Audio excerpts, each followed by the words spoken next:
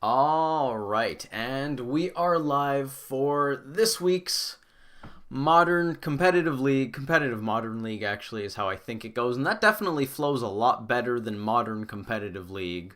With Rug Delver, no changes to the list this week. Most recent thing is Echoing Truth taking over for Simic Charm.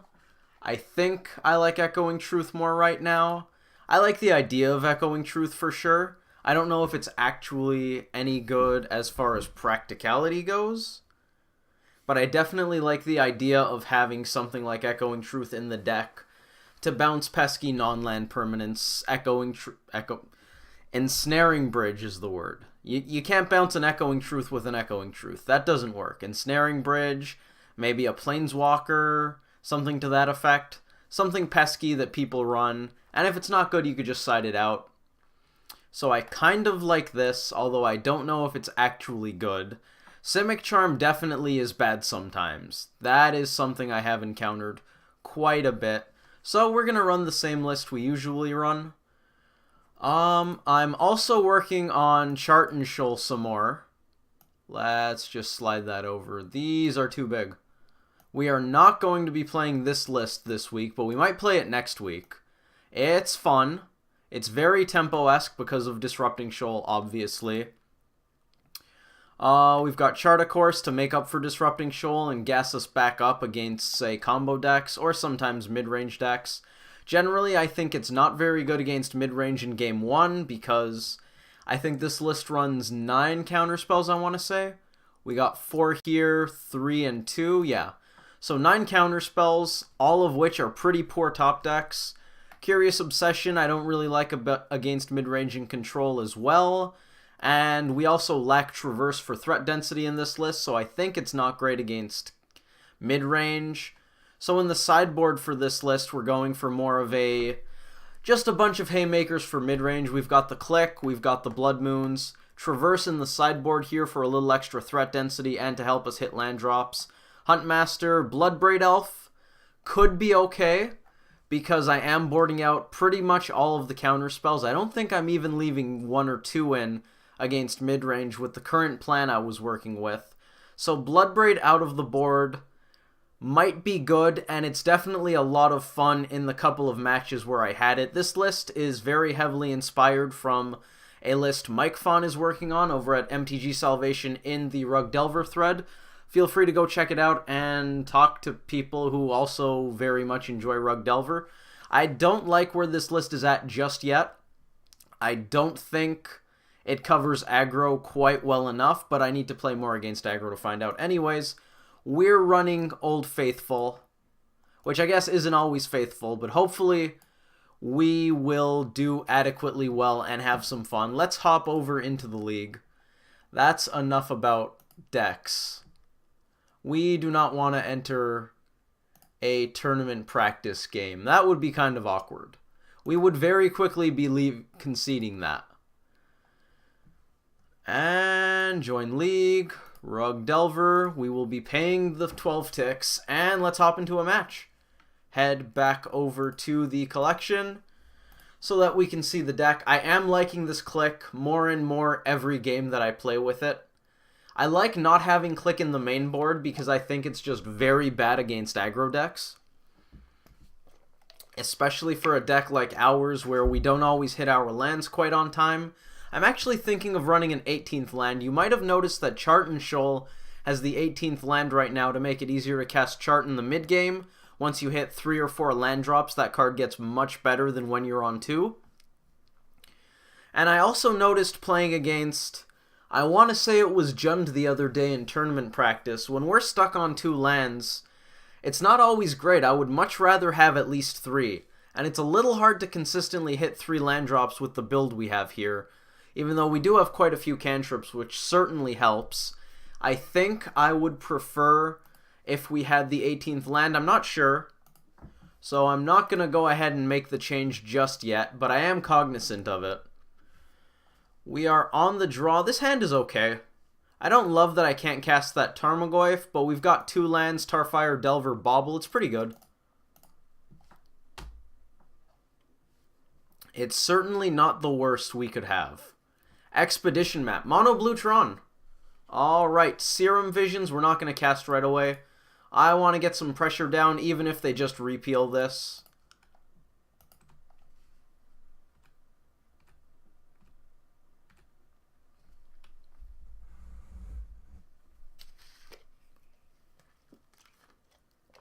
Mox Opal.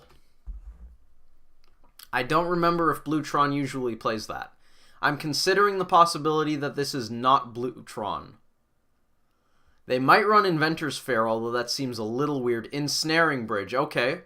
This is looking very much not like Blue Tron. Why are they running Expedition Map?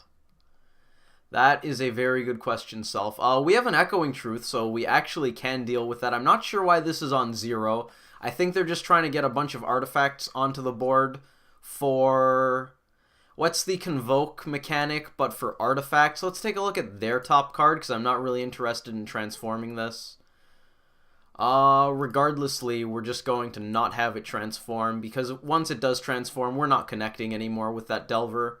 Nope, we definitely don't want to show them that. We are going to want to try to sneak it in under counter spells, though.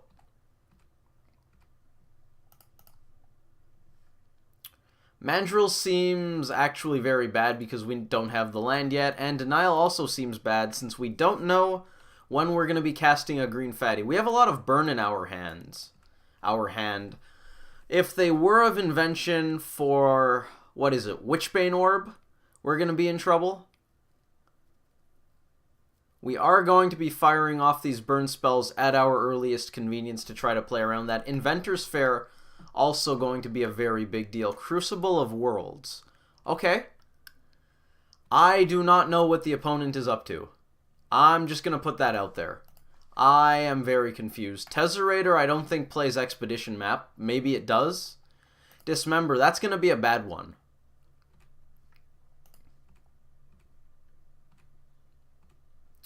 I don't think we want to flash in Snapcaster Mage. That doesn't seem very good. Especially since it can't attack at this point. Yeah, that's just bad. They played out the second bridge. They could use this to go get an artifact. I think I'm just going to keep firing off bolts here. Can they... It puts it into their hand, right? Yeah, that's fine. That is A-okay. If it put it onto the battlefield, that could be a little awkward with a Witchbane Orb. As is, that's fine. Steam Vents actually is pretty good. We're going to shock for that so we can Snap Bolt. Our life total isn't very important. We need to engineer a board state on which we can bounce those bridges and then just kill the opponent. They hit a land, sure. We're going to Snap Bolt here. They can't get the Witchbane Orb in response, which is something I like. I would also very much like to hit something for this Tarmogoyf momentarily. I almost clicked through that Lightning Bolt, which would have been very bad. What do we have? It's an island. We're not going to reveal that. That's not very good here. We are going to play it. Don't want to blow the Echoing Truth yet because I think we're going to have to win in one attack step. They're cracking the Inventor's Fair. Sure. Probably for the Witchbane Orb. That's what I would get. I think that covers their bases decently well. Witchbane Orb, sure. We're just going to fire off this Tarfire now. That way, if they draw something like a War of Invention, they can't somehow play out the Witchbane Orb, and then we try to Tarfire them in response, and then they whir for another one in response to that. Once we get Tarmogoyf down, I'm probably going to try to go for the win here. I would also like this Delver to transform beforehand, but I don't know if we're going to get there.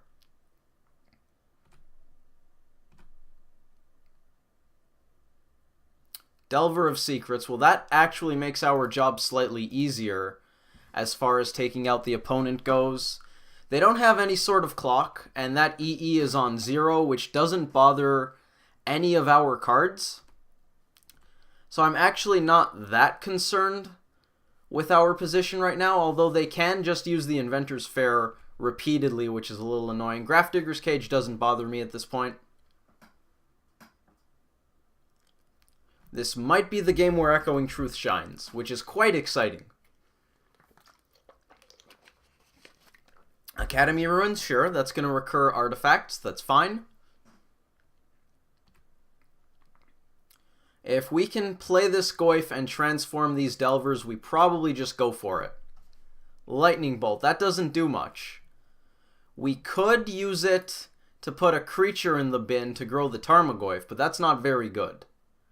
No, it is not. We're not going to do anything yet. They're going to be gaining a lot of life here, which is definitely concerning. We need to play Goyf very soon.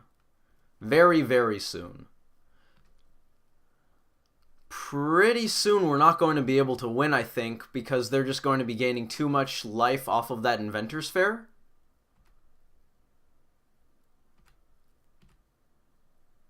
Traverse. That would have been excellent if we had a green source. I was actually thinking of this as a way to transform the Delvers and play the Goyf in the same turn. Unfortunately, that's not how that works. So we are going to keep sitting here while the opponent just gains a lot of life and tutors things out of their deck. They got a Sword of the Meek. Okay. But why the Expedition map?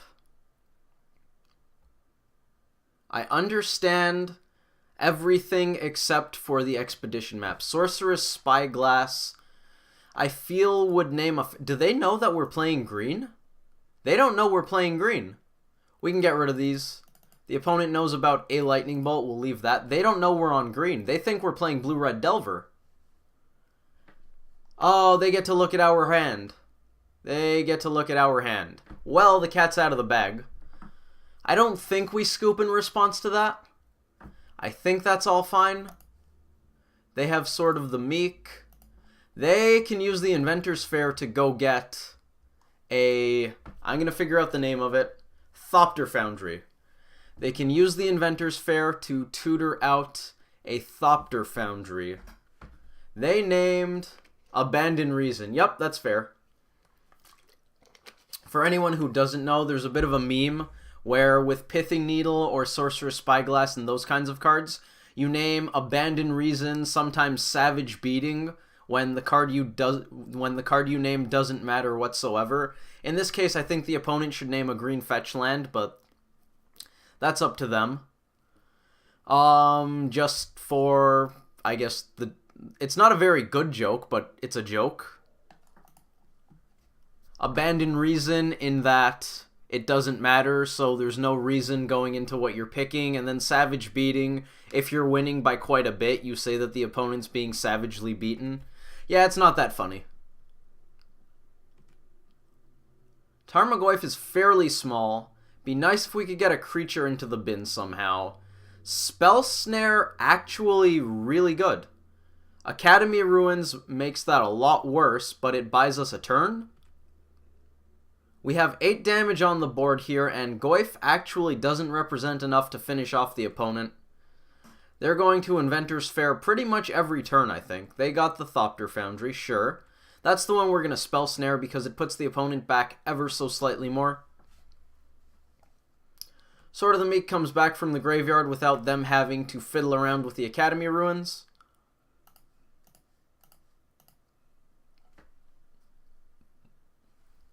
Chances are we're dead because we did not find a green source in even close to soon enough.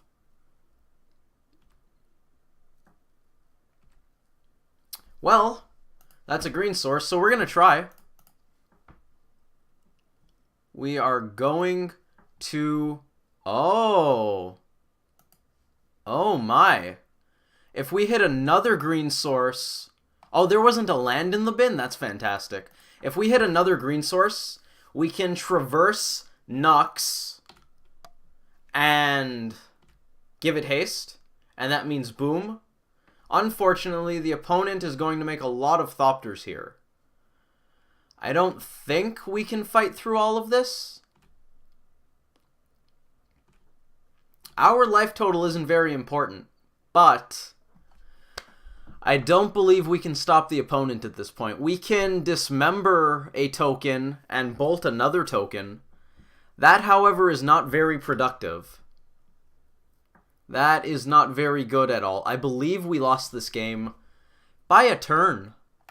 Do they not have enough artifacts for this? 3 or more artifacts. 1, 2, 3. Did they gain life at their upkeep? Oh, it's been in the graveyard at the beginning of each of their turns. That's why they stopped gaining life. Wow, that sucks. We were that close. Okay. Is there any way we could possibly win this? We don't have anything with split second. We have to bounce all of these. We can't flash back the Echoing Truth with another Snapcaster Mage. If we Echoing Truth the Ensnaring Bridges, top deck Snapcaster Mage, and then Echoing Truth the Thopters. We have time, so we may as well figure out if we can win. Do we Echoing Truth right now? We can't deal with the Grafdigger's Cage, so we're not getting it back. We definitely need to bounce those bridges. We can't deal with that Thopter Foundry, which means they can make 1, 2, 3, 4, 5, 6, 7 Thopters and gain 7 life. That means they take 0 damage because they can chump as much as they want, then they just put the Ensnaring Bridges back. I'm going to draw a card and scoop, I think. We can't win that at that point. 1 turn behind. Very close. Very, very close. Alright, how are we going to sideboard against... What even was that deck? It was... Sword Thopter combo, but in what kind of shell? They could use Mox Opal and Glimmer Void to produce black mana, so it's possible we were playing against Tezzerator. I don't think it was Lantern Control because we got pretty far without them showing us any Mill Rocks or Lanterns. So I'm going to assume it's not Lantern. Roast seems bad, so does Dismember. Dismember gets a lot better if we think they're on Tezzerator, because then we can Dismember a 5/5 artifact. EE is good, Basilisk Collar is not. Huntmaster can win through a bridge, but not through bridge plus Witchbane Orb. Click is a bit of disruption. Blood Moon actually doesn't do that much to them. Pyroclasm I don't hate. At the same time, they're probably just using the combo to slow us down. And I imagine Bridge is going to make it so we just can't win. So I think Pyroclasm isn't where we want to be. Even if we deal with a bunch of Thopters to slow them down, say even 5 turns, if they have an Ensnaring Bridge in play, they can easily get 20 turns out of us. So I don't think we want to go that way. Ceremonious Rejection is something I like about these decks. Deprive for sure, just more good disruption. I'm going to start by cutting these. Echoing Truth I like. I want counter spells. Curious Obsession I'm on the fence about. It's good if we're ahead, in that if they don't have a bridge down yet, we can use it to keep the counters flowing. Once they have something good down, though, that card gets a lot worse. Spell Snare hits their combo, but that's not even fantastic since they can recur it. I'm more concerned with clocking and dealing with Ensnaring Bridges. Forked Bolt, Lightning Bolt, maybe one more Lightning Bolt. Something like that I could see running. Spell Snare, Dismember, maybe Obsession, probably the most interesting cards to me that we're cutting here. Is there anything worse? I don't think I want to cut any of the counters that deal with Bridge. Thought Scour I want to keep. Traverse I like. Delvers obviously. Echoing Truth. Could have won us the game there. It was very close. Tarmogoyf, Nux. Maybe we cut Savage Knuckleblade. Nux versus Dismember. We do have 17 creatures in the deck right now. I think I can live with that. Dismember's a little better against Tezzeret. Maybe I want the Spell Snare to buy us a turn sometimes. Let's do that. See how that goes. We will be on the play this time with a hand that is very, very bad. That one's a bit better. That one's actually significantly better. Still not great, though. Still not great. We are going to Scribe, but it doesn't matter all that much since we're going to shuffle this away. Don't want to draw a Snapcaster Mage regardlessly. I would like to play a Delver, though. We probably just get a Steam Vents here. Maybe Breeding Pool slightly better. We didn't bring in Blood Moon because they aren't on many colors. I'm going to get the Breeding Pool just in case we stall on lands for a bit or top deck one of the islands. Definitely want to be able to cast that Mandrills in a timely manner. Misty Rainforest. Well, you know, sometimes it doesn't matter. Let's play that out. I believe we can slam a Mandrills here. We can't slam Mandrills plus Delver. So I think I'm going to give it one more turn on the Mandrills. Fetch 2 cards, Thought Scour 5 cards, and then delve everything away. I kind of want to get these Delvers down first so they have a better chance of transforming. I don't think I'm going to save the Misty or the Thought Scour for Delver Scry. I think I'd rather get those out of the way immediately.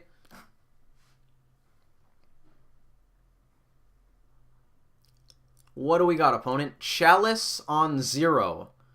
That counters the 2 Mishra's Baubles in my deck. Crack map.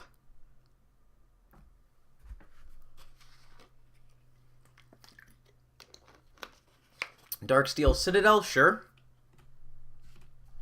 Let's go get a Steam Vents. Our life total matters a little bit. Probably not all that much. Serum Visions could be good. What do we got? It's a Flooded Strand. Well, we're going to cast that Serum Visions. So there's that. Play this out. We're just going to get a basic island here. Another Mandrills. Tarmogoyf I probably don't want. Mana Leak I will keep.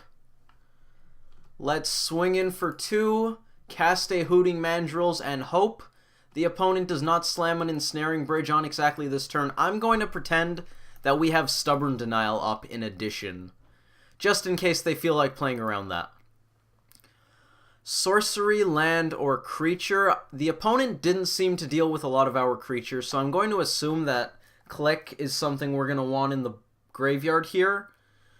Sorcery's probably a little more rare than land at this point.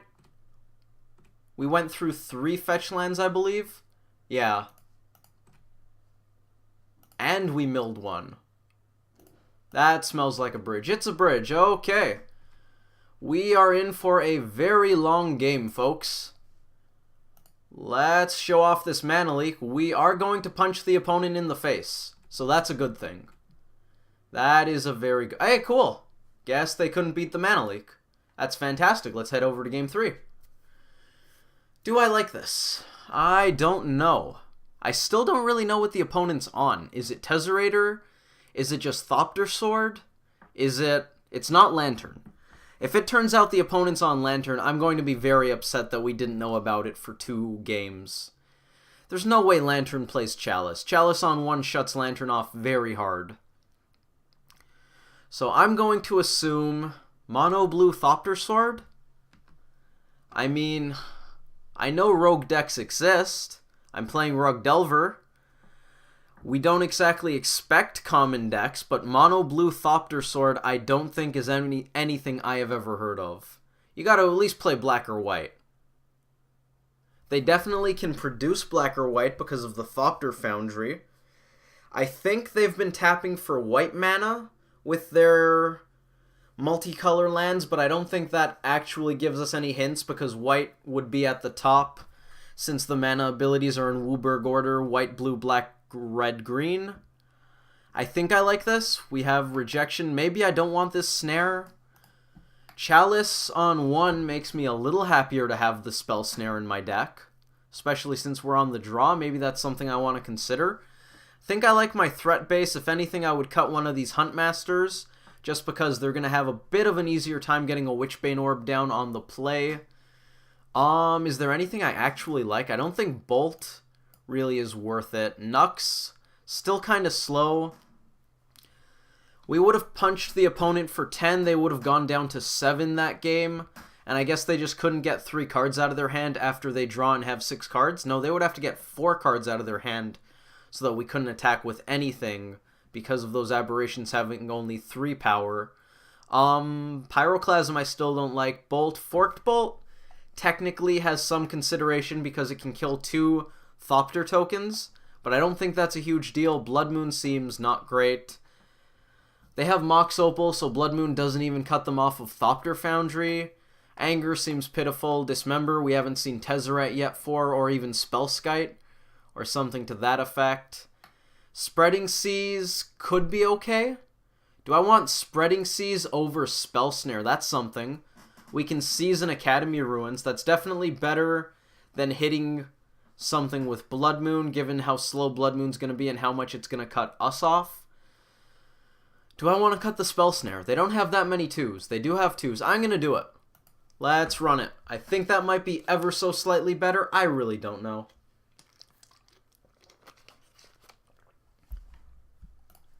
Let's see what we can do here on the draw in Game 3 against Mono Blue Thopter Sword. That's what we're calling it.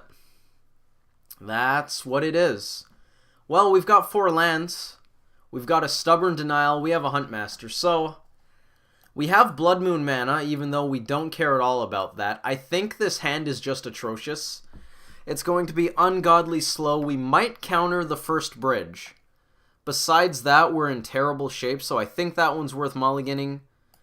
We have 3 Mandrills, but I'm going to keep this on the back of 2 lands, Ceremonious Rejection, and hoping this one is pretty well just as slow as the first hand. Although Ceremonious Rejection is obviously much harder for the opponent to play around than Stubborn Denial.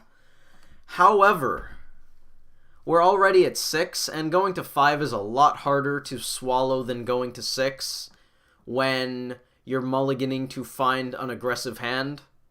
We're playing aggro control. As you can see from those 2 previous hands, we don't always get aggressive hands, as we draw a Snapcaster Mage to just fill out the whole ensemble of not really early threats. Tarmogoyf, Delver, those are the cards I would have liked to see.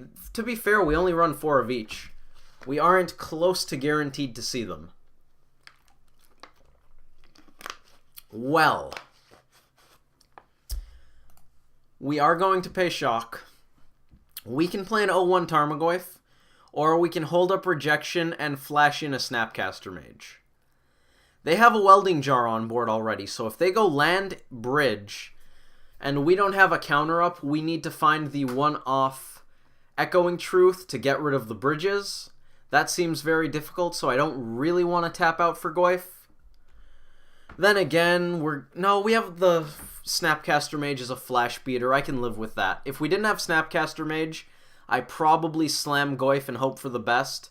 As is, I think I just want to cast spells, and I don't even care that Snapcaster Mage is going to miss out on flashing back a spell. I just want to get things out of my hand. We have 3 Mandrills here. I'm not looking for the long game. I want to put a threat down. Delver of Secrets, that's fantastic. Here we go, Snap Beats. The blue weenies that could. Let's take it. We can do it. The opponent hasn't done anything besides play a land for 2 turns, so that's good. Maybe their hand is just extremely bad. Even if they play a bridge, we can attack for a few turns. Ipnu Rivulet. That's an ensnaring bridge. That's going to get countered. Taps for colorless. They can pay a life to tap for blue. Mill 4. I assume they plan on milling themselves if they ever use that. We're going to counter that ensnaring bridge. I don't think they run anything like Spell Pierce. Tarmogoyf gets slightly bigger. That's something. EE on 1, that's actually pretty good. It's not going to be fantastic, but it's not bad. Misty Rainforest. Okay. Okay, we're going to attack with the team, and we're going to play a Tarmogoyf. I don't know what we're doing beyond that. I'm going to be honest, guys. No need to crack that fetch. We might save it for the Delver Scry, especially if they tap out of Engineered Explosives activation. If they don't have 2 lands up to use that, I think I want more Delver stuff. 5 mana for the opponent. Inventor's Fair going to be a big pain. No play, so they can kill Delver. I will still take the Scry, since I'm probably getting a basic with that. Serum Visions, that's actually a fantastic card. So I will gladly give the opponent the opportunity to blow up the Insectile Aberration. Let's get a basic island. We are going to make this Goyf big for now. We can actually shrink it with Mandrills later to get a few points in under a Ensnaring Bridge, so that's cool. This Traverse is going to be very bad. They're going to kill Aberration. They're going to take 6. Ooh, once Aberration hits the bin, we can slam a Mandrills. That is something. Hopefully they don't have the bridge until we... Oh, they can use this to get bridge. Yes, they can. Maybe we shouldn't have topped that denial. Okay, well, they're not getting bridge yet. So that's fantastic. How much does that cost? 4? That's great. That is just great. Okay. We are going to shrink that Tarmogoyf post-combat. The more the merrier, friends. The more the merrier. And we have Denial on top. They actually could get rid of our Scry with this, which would be something neat. That would definitely be a cool play. If they don't have bridge yet. Come on, knocking on the wood. Don't have it. They tapped for colors. Oh, it's a whir. It is a whir. They can whir for 3. It's a bridge. Alright, Goyf is small. Small Goyf. Instant is going to make Goyf a 2-3, but they have 2 cards in hand. So, we can actually hit them for a decent chunk of damage here. We can knock them down to 3. Unfortunately, we don't have a bolt in hand. That would have been fantastic. We have outs. We have many, many outs. They are numerous and plentiful and abundant and all of those adjectives that mean a lot. What do we got, opponent? Just have a land. No, have 3 lands in hand so you can only play 1 of them. That's not a land. That is definitely not a land. I don't know what it is. Girapur Aether Grid. I feel like we want to denial that. With this on board, they can take out Snapcaster Mage and slowly kill us. I like the idea of denying them their outs. That seems nice. If they don't have another card to play... this is going to grow Tarmogoyf. That sucks. We can only hit them for 2 with the Snapcaster Mage. No, we can't shrink Goyf enough. Wait, do they have an instant? They have an instant. Come on, man. Actually, we can't cast a Mandrills anyways. What am I saying? Another denial. That's good. That is a good pickup.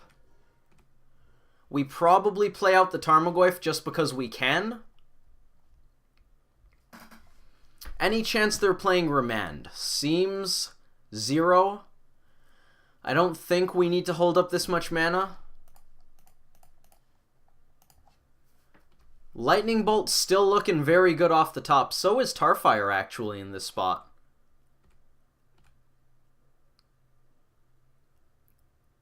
Any burn spell, very live, especially if they keep tapping those pain lands.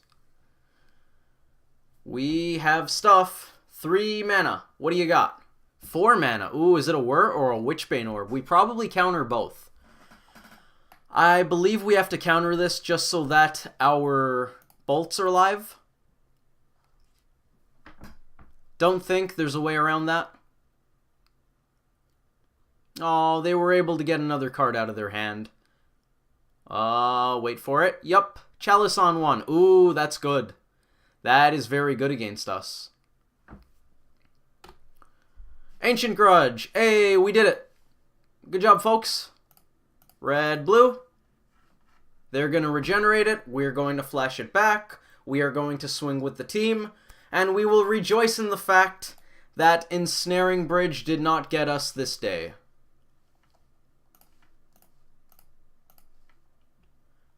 Chalice on 1, don't stop that. Nice! Good job, team. We beat the Ensnaring Bridge deck. You guys may know that I hate Ensnaring Bridge with the passion of 1,000 burning suns. Suns actually don't burn. You can't really combust anything in space because it's a vacuum, so 1,000 fusing suns, but that's not the phrase because fusing suns doesn't sound nearly as cool as burning suns. We're going to be on the play. I also hate Chalice of the Void. So there's that. We beat both. It's a good day. We are 1-0. Let's go talk to OBS while we figure out if this hand... It says 1-3 from the previous league. I apologize. I'm terrible. Do we keep this hand? We have 4 lands. That's definitely a sign that we maybe shouldn't. I could have left the 1. Whoops, that was a waste of time. Okay, I don't like keeping 4 landers, but we have 3 very good spells. So I mean, if we mulligan this and we trade 2 lands for another spell, we're not even that far ahead. So I'm just going to keep this. I don't think our average 6 is better than this, just because these 3 spells are just so good in so many spots. Think I want a Steam Vents?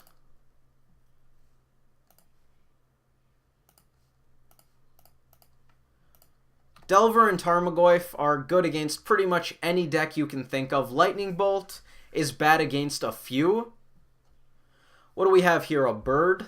A dork? Oh, it's Bogles. Oh dear, no. Oh no. Okay, fun fact. Bogles is not a good matchup for decks that rely on creatures that attack on the ground and have a bunch of interactions specifically for creatures. Bogles is not good. Bogles is not good. I haven't played against this since the Pro Tour. Was it a Pro Tour? No, it was the World Championship. The Mox? I think it was the Mox that Bogles won. Haven't played against it since Bogles started picking up. I was very happy about the fact that I haven't played against Bogles, even though it started picking up. Bogles. I know it's technically Bogles, but I'm probably going to say Bogles often enough. So don't hate me if I say it. I know it's wrong. I'm going to try to say the right way, but, you know, try not to complain. I know there are people who absolutely despise the pronunciation Bogles, but, you know, it's not that big a deal. I like these burn spells. We are going to be going face. You'll notice I made sure we had double red once we drew that second burn spell and were confirmed to be playing against Bogles. I plan on being very aggressive. That is absolutely okay. Don't have a second land. Just don't do it. Nice. Good spell. Mandrills. That's something. I'm going to get this out of my hand because it means tons of damage off of Goyf. Bogles is a race. Bogles is very much a race. We are going to try to kill the opponent before they can kill us.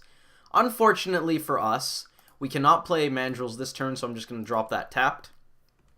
Bogles is much better at racing than Rug Delver is, because Bogles was designed to race. Bogles is a deck that kills you as quickly as possible while being extremely difficult to interact with. Delver is a deck that gives up quite a bit of speed so that you can interact better with the opponent. These burn spells are pretty much our saving grace here, even though they're very bad against these hexproof threats. Our opponent's at 7.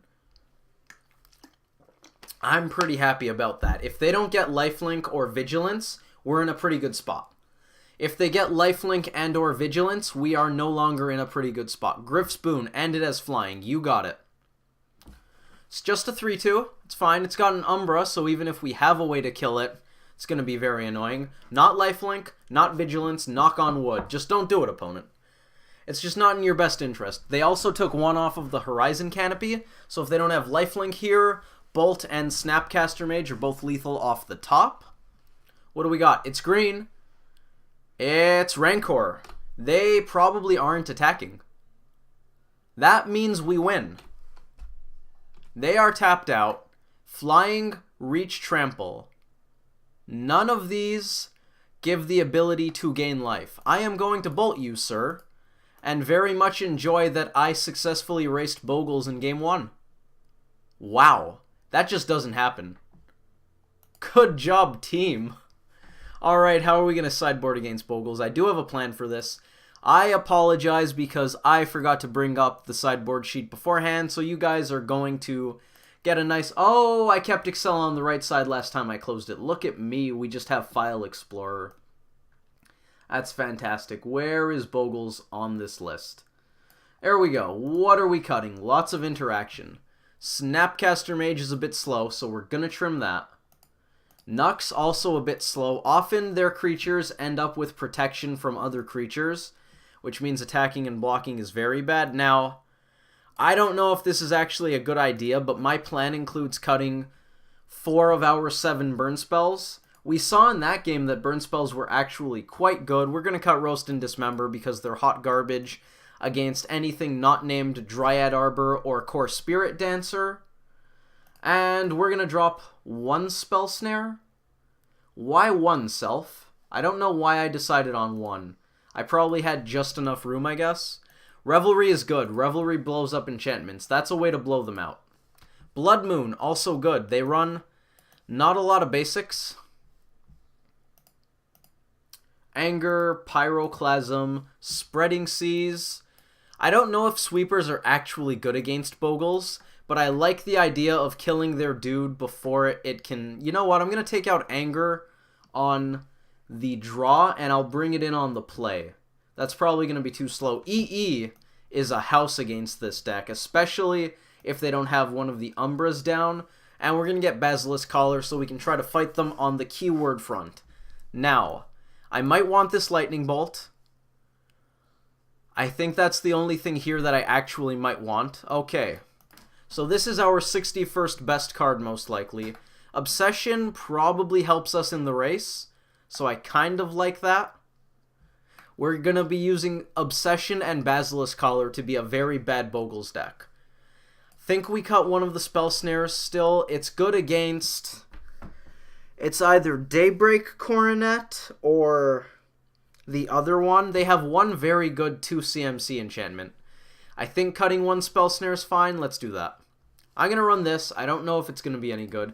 I'm going to look up Bogles because I forget. Yeah, I do not like Bogles. I don't think anyone... I don't remember if it's good for Tron. This hand is a bit slow. I actually might keep this. We're going to put a good few cards in the bin. We might actually hold up Denial on one to counter an enchantment, and then we can Revelry another enchantment. I'm going to keep this. I don't know if it's actually good, but, you know. I think Tron has a good Bogles matchup because of Ugin, as far as I can remember. I could see Ponza being decent against them. I'm pretty sure no one actually enjoys Bogles. Maybe the Bogles players, but you know, even they might not like it that much.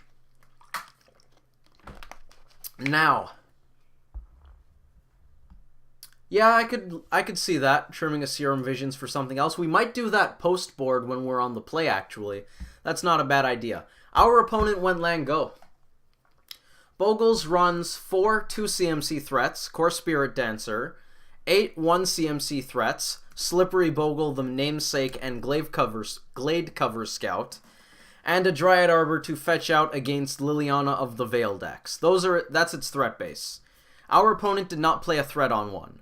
This means they either have a Core Spirit Dancer in their hand, or they do not have a threat, and Bogles is doing that thing where it sometimes just loses to itself, because it's actually kind of like an aggro control deck, in that it has very few threats and needs to draw the right mix of cards.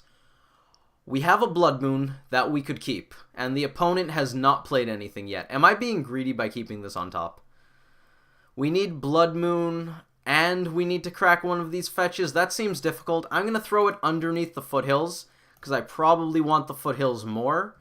So our opponent may very well have mulliganed to 5 and not found a threat. This is entirely possible. Or they have a Core Spirit Dancer. Or they just found a threat now. They just found a threat. Or maybe they were holding it so that they could go threat plus thing, Ethereal Armor. That means Daybreak Coronet is definitely the 2 CMC one. We can blow this up at our leisure if we are so inclined. And we have a lot of instants, so I don't think I'm actually going to do anything on our turn. I'm going to wait.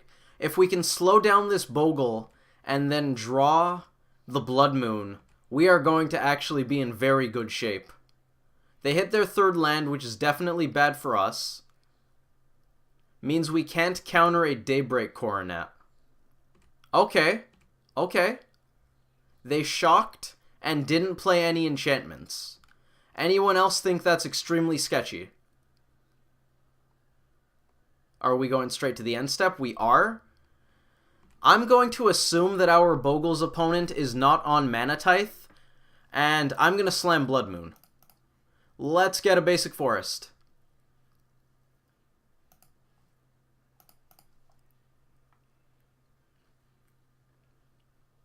And a basic island. We want to make sure that someone can cast their spells. I imagine they're going to cash in this canopy.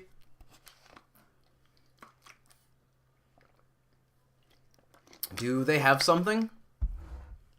Do they run Enchantment Hate? No. There's no way Bogles runs Enchantment Hate.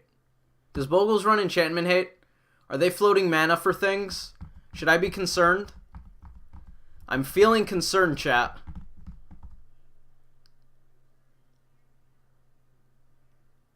Dromcom? There's no way they run Dramoka's Command.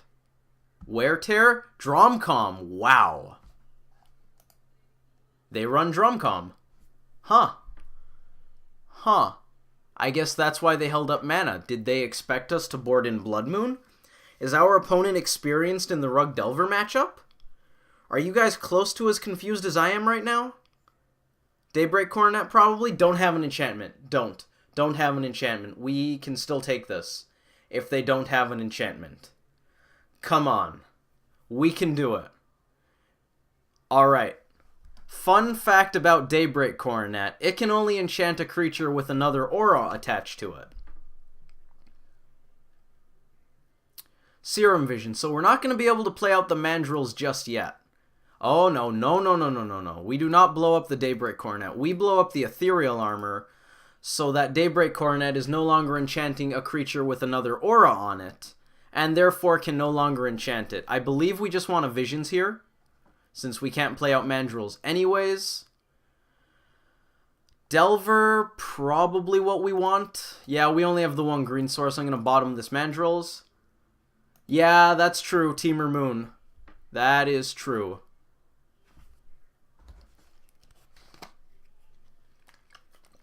Man, Dromcom out of Bogles. I didn't think they ran any interaction besides maybe Leyline. Alright, it's a 3-3 with first strike. We need to resolve that Mandrills. If they give it Trample, the Delver on top of our deck can no longer chump. I'm going to hold up Stubborn Denial so we can counter an enchantment, or say a Path to Exile. We are going to make our graveyard pretty light with this, though. This Mandrills is going to have to delve fairly aggressively. I believe I want to leave that Revelry in the bin, because that is looking very nice with a theoretical Snapcaster Mage. We are going to do this. Hopefully the opponent doesn't have two enchantments.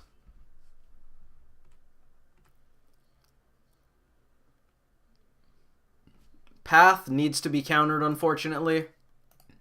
Especially since Denial gets a lot worse once Mandrills is off the board. So it makes basically zero sense to not counter that. Do you have Evasion? Oh, is it Daybreak Coronet? Oh god, is that good off the top. Lifelink Vigilance, Hexproof, 6/6. Well, it doesn't have Trample, so we're going to chump. We can top deck Engineered Explosives. EE on 1. They have an Umbra. EE on 2 is not some... Oh, but once they lose the Umbra, this goes away. Okay. EE. Mandrills. This has first strike, so double blocking isn't great. I think I want to Scour here. Maybe we... Yeah, let's do this instead. We'll Visions. We found a Traverse. Bottom these. Okay. I think the game plan is to traverse out a Snapcaster Mage after tar-firing the opponent, and then next turn we can snap Revelry if we hit a land. We also have to chump this. We're pretty unlikely to win this game. We could also just Scour and hope to find an Engineered Explosives a little sooner. That might actually be better. Also might not really matter. I'm going to hope we hit a land. I messed up. Well, we're hitting the land. We hit the land, that's for sure. Let's find us ourselves a Snapcaster Mage. That is what we call a misplay, ladies and gentlemen. If I was holding priority, that would have been fine. We didn't exactly have a reason to hold priority, though. We are going to chump. Thank you for your sacrifice, oh great mandrills. I appreciate it very much. The opponent's also gaining a disgusting amount of life. It's going to take us a long time to finish them off, even if we deal with this Bogle. I'm going to scour here. We found a Tarmogoyf. It's a 5/6. That's not bad. We Tarfire the opponent without hesitation there because that makes this a 6/7. And if they have nothing, we have a chance. Just one chance. And we have Denial in hand. We might stabilize. Could you imagine stabilizing on this board? Man, would that be ridiculous.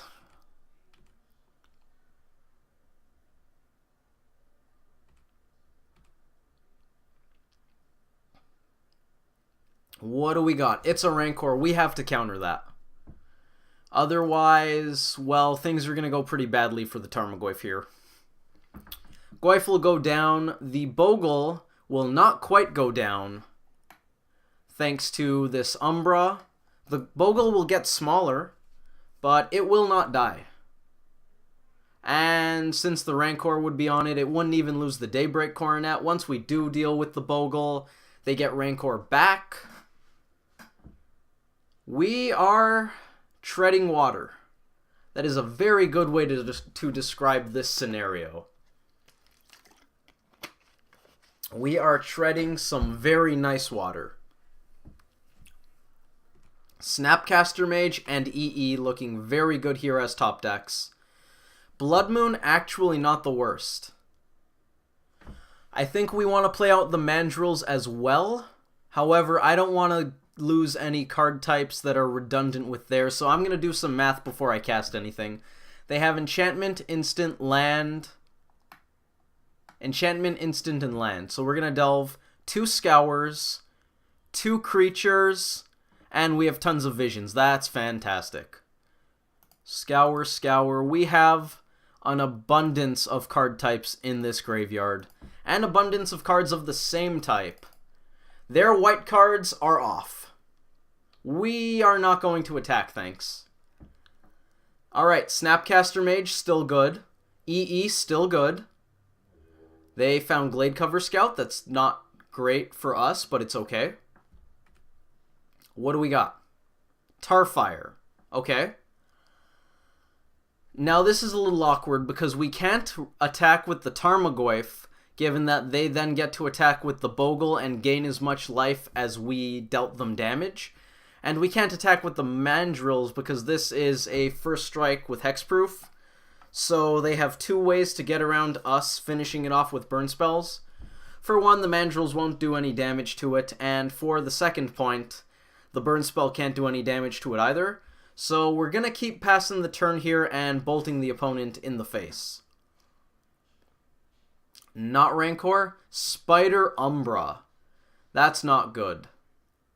That's not good. Mishra's Bauble. Mishra's Bauble grows Goyf to a 7/8. That is what we are now playing towards. We chump with the Mandrills, and we top deck an artifact. Chump with Mandrills, and top deck an... Oh, okay, that's fine. That's fine by me too. That's okay. If you don't want to fight, we don't have to fight. You know, I'm a-okay with some pacifism here. I'm not sure if we should be bolting face. I like playing that out so that we have double red. I kind of want to save some lightning bolts for the eventual core Spirit Dancer.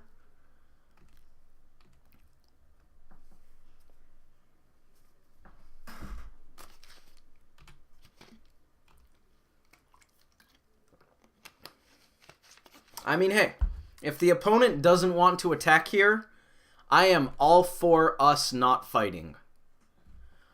Echoing Truth. Now that is an interesting one. It's highly unlikely that they would block the Tarmogoyf if we attack with it, so I'm not going to assume that that mind trick works. However, what happens if we swing with this Mandrills? They block. We bounce the Coronet. This becomes a 4/4 that doesn't have first strike. They're going to trade. They lose one of the Umbras. This ends up as a 3/3. The Daybreak Coronet can't be cast.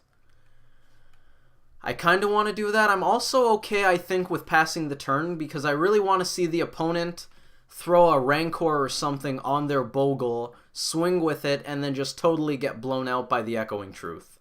I think that's much better for me.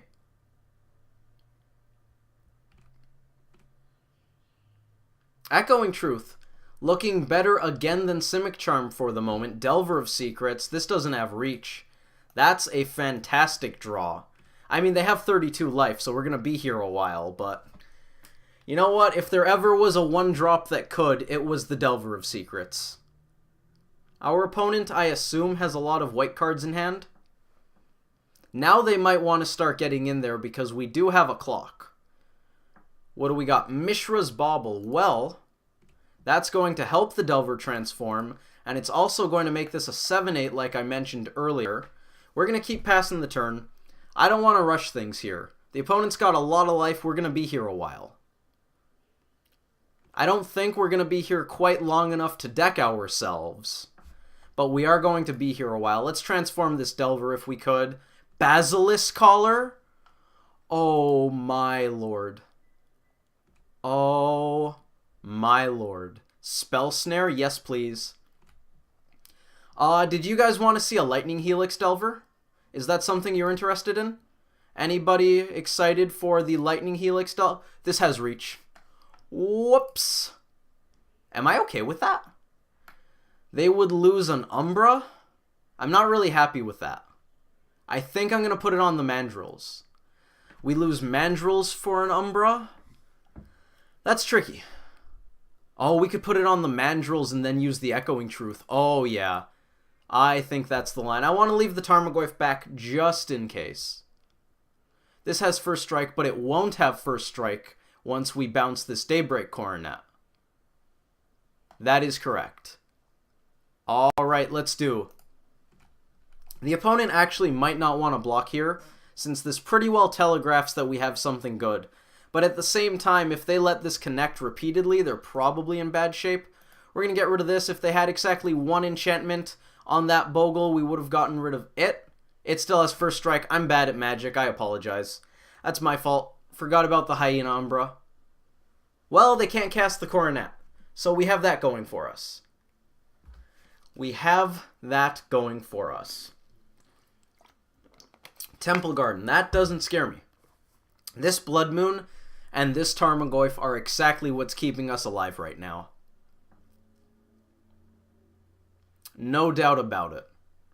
If the opponent could cast their white spells, we can tutor for a Snapcaster Mage. That is certainly something. Is there a better card to toll? We can tutor for a Tarmogoyf. We tutor for Tarmogoyf, right? Okay. We have time on the clock. Goyf or Snapcaster Mage. The first match was against Mono Blue Thopter Sword, which I don't know why, but anyways, to the point. Traverse out Snapcaster Mage for the Revelry next turn, or traverse out Goyf for the Goyf next turn. I think the right answer is Goyf, but I'm open to suggestions. What do you guys think? If we go with Goyf, we can swing with a 7/8 lifelink, Death Touch every turn, and have a 7/8 back to block, so I think that's right. Our opponent doesn't like that we're drawing cards from our sideboard. I'm just going to close that chat. I'm going to get the Tarmogoyf. Let's grab that. We're going to pass here. We don't want to risk taking more damage. Actually, I kind of want the chat open so I can have a log of what's going on, but I guess I'll just pay attention. I don't know. I don't really enjoy when the opponent gets salty. I don't know if some people do. I just find it really annoying. I mean, yes, I'm drawing cards out of my sideboard. I have 26 cards left in my deck, opponent. Am I not going to draw cards from my sideboard? Then again, they don't realize that we brought in half our sideboard. Hey, Mike, how you doing? We are up one match, and we're currently 1-0 against Bogles, looking to be in a good spot, so I'm quite happy. I almost want to start firing these off. The opponent hasn't found a plains yet, so we're not that afraid of the eventual... Do we actually do that yet? I think we start here with 1 red mana, 1 blue, and then we're going to swing. I don't think I care to hold up Spell Snare. I don't think they actually have any 2 CMC green enchantments. So I believe I'm going to cast Serum Visions. I actually should have gone with Visions first.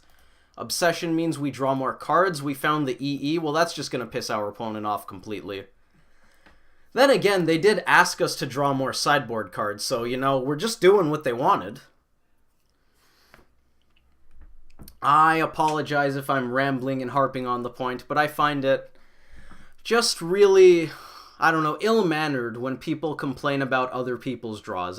We're playing a card game. There's variance. Deal with it. You're playing Bogles, and you're complaining about how the game's going.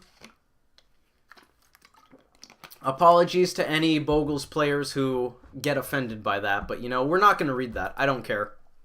Yeah, keep on going, bud. If they end up making us sit here, we will head over to somewhere else. Okay, fine. What do you want? Well, done me... yeah, okay, so they didn't like mulliganing to 5, I guess. I'm just going to move this over to the other window. Our opponent apparently does think that we played well, so they said well played, really well played, so I don't know if the last part's sarcasm, but hey, we are 2-0 in this league, and I'm going to take it. We have 24 cards in our library. 24. 24. I can't overstate that. We have 24 cards left. We have literally seen 36 cards out of our deck by this point in the game. I mean, it's just ridiculous if you're upset that I found good cards in 36. Yes, you mulligan to 5. Yes, you are playing a deck that only has 13 threats, and you might not find them. You even answered the first Blood Moon. Do you main deck Dromcom? I don't know. Once again, I apologize. I just get annoyed. I think we should all just get along. Yeah, I drew well, sometimes you draw well. Let's just have some fun playing Magic and doing the best that we can, making good plays. We don't have to complain about each other's decks. I mean, you hear me rambling on and on about how much I dislike Bogles, Ensnaring Bridge, Chalice of the Void, all of those cards. Do I tell my opponents that? No, because I'm not going to tell you that I hate the cards that you play. I think that's rude. I don't know. That's just me.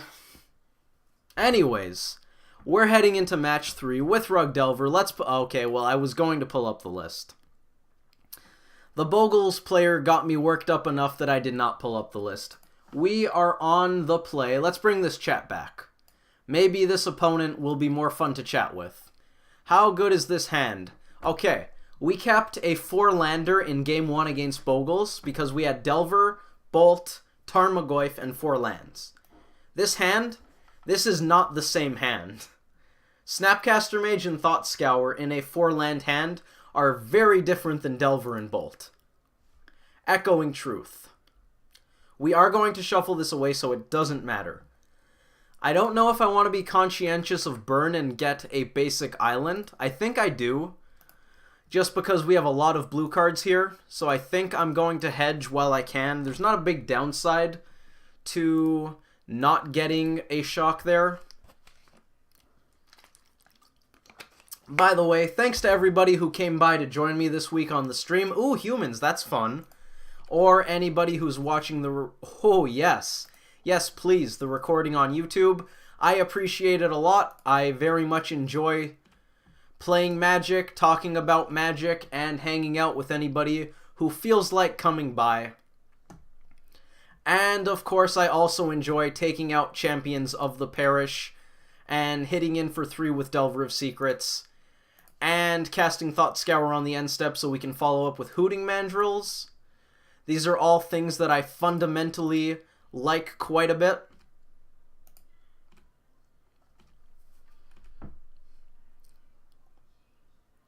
Unclaimed Territory. Probably naming humans. If we didn't figure it out before, we figured it out now. Meddling Mage, probably on Lightning Bolt.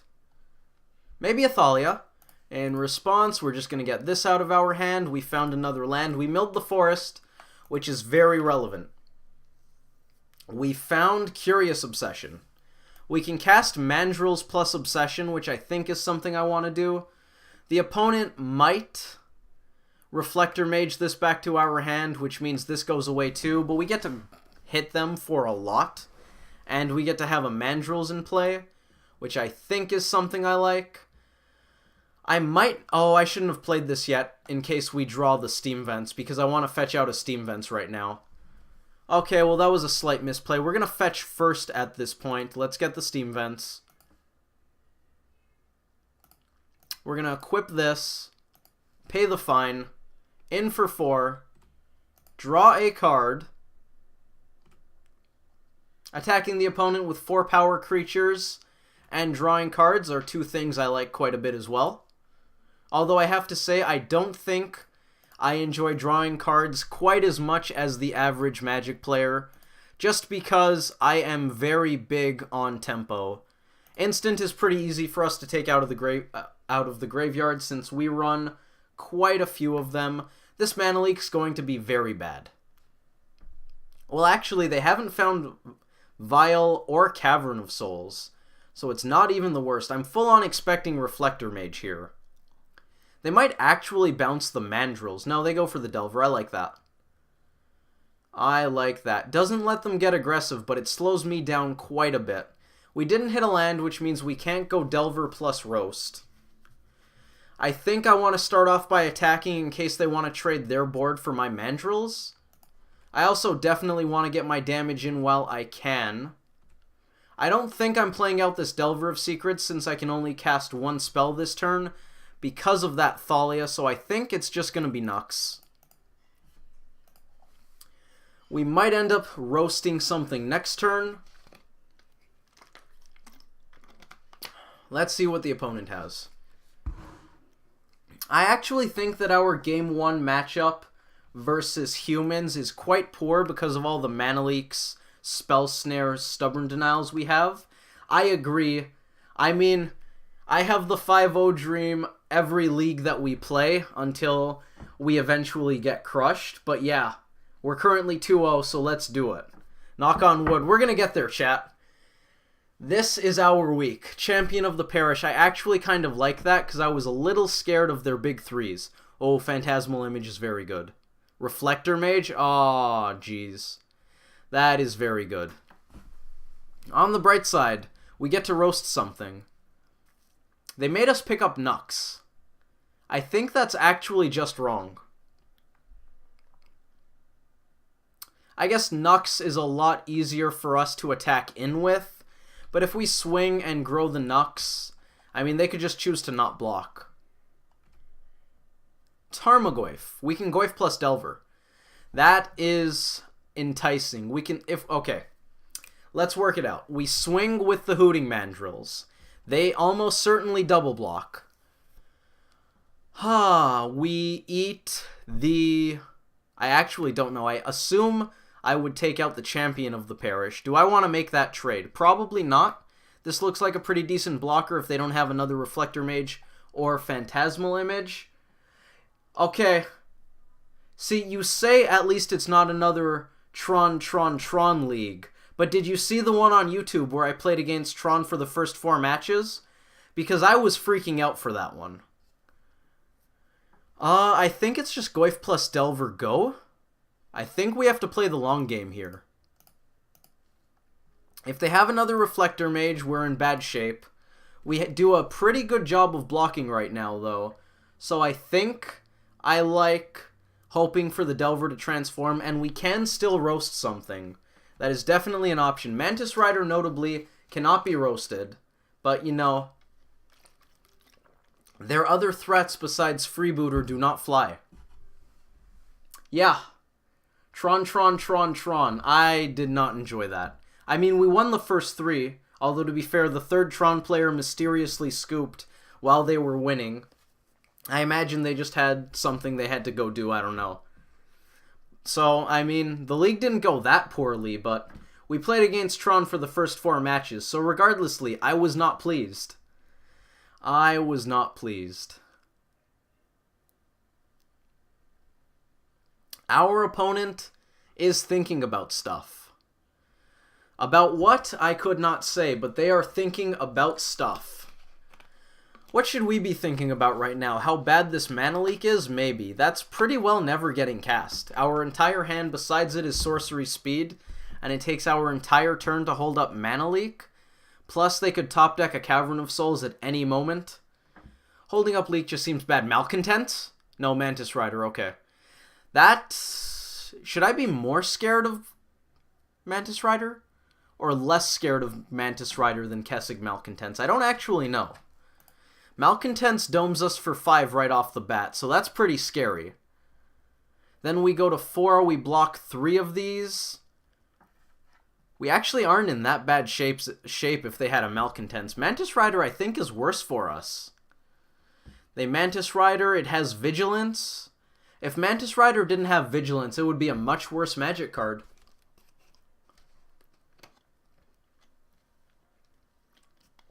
Actually, I don't think it would be playable if it missed out on any of its 3 abilities. You take away the haste, it's probably too slow. You take away the flying, it's just not getting damage in. And if you take away the vigilance, it doesn't do fun stuff like this. Now we're in one hell of a spot. The opponent's got a 3-turn clock with that Mantis Rider. And if we attack, well, things don't necessarily go well for us on the crackback. What do we got, Delver? It's a Misty Rainforest. Alright. Guys, I think this game isn't going to go well. If we have any hope of getting them to block, we have to swing with both of these. They chump and we're dead. Guys, I think we just lost. We can roast. We could roast the Thalia so that we can mana leak. Is that good at all? I kind of just want to roast the champion of the parish. Just because that's very soon going to outclass all of our stuff. But if we spend the entire turn killing champion of the parish, what are we doing? Okay, wait. Hasty Nux, how good is that?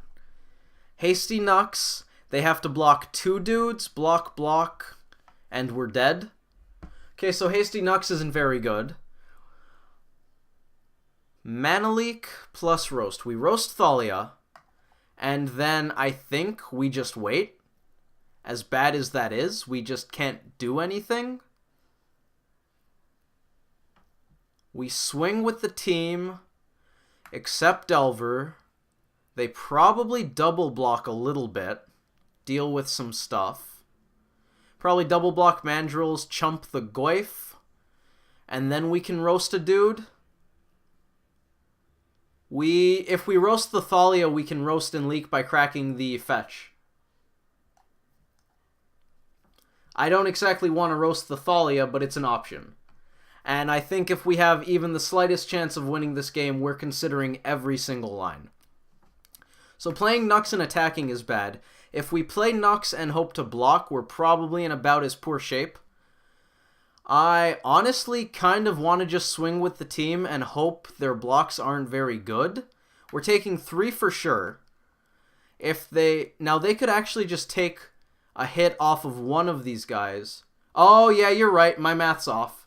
My math is very off. We are not roasting and leaking. Thank you for reminding me. Okay. So we're either roasting or casting Knuckleblade, because there's still no way we're holding up that mana leak. Is our best line to haste out a Knuckleblade? No, because they survive and kill us.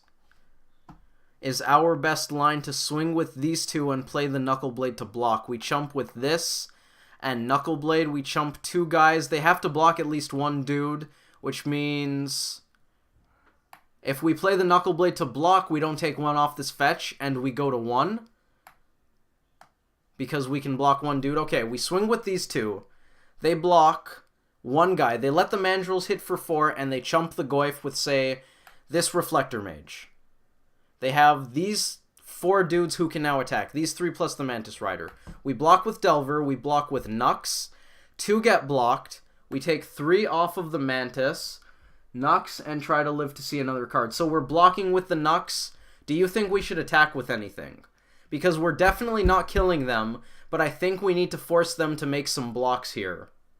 Because if they get to swing with everything, I don't think it's going to go well, especially because they could have a Thalia's Lieutenant off the top. Then again, Thalia's Lieutenant kills us regardlessly, so that's not really a consideration. But any human makes this champ bigger. So I think I want to attack with these 2 and play Nux to block. Anyone not like swing with fatties, play Nux on defense. Something like 10 seconds to tell me that you think that's an awful line. I think that's probably our best bet. I think I'm going to do it. I'm going to swing with the fatties. Hopefully this deals with some creatures. We definitely don't play the Nux in attack because we lose for sure in that spot. I think we lose for sure in that spot. If I did my combat math right, we do lose for sure in that spot, but I don't know how good my combat math actually is, given that we don't do all that much combat math on this channel. Now the opponent's doing the exact same thing we did.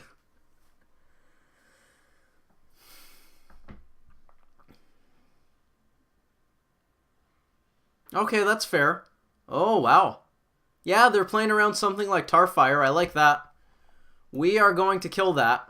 So this is essentially the same as us blocking the champion of the parish with the Tarmogoyf, which is why I wanted to force blocks like this.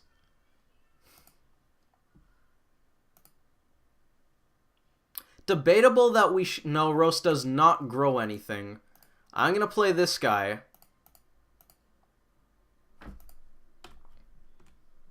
We're going to chump 2 dudes and hopefully go to 1. If they have pretty much anything, we're dead here. Meddling Mage doesn't do it.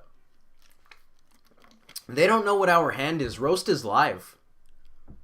They can't swing with the team unless they have something here, which is great. They probably just attack with the Mantis Rider, in all honesty.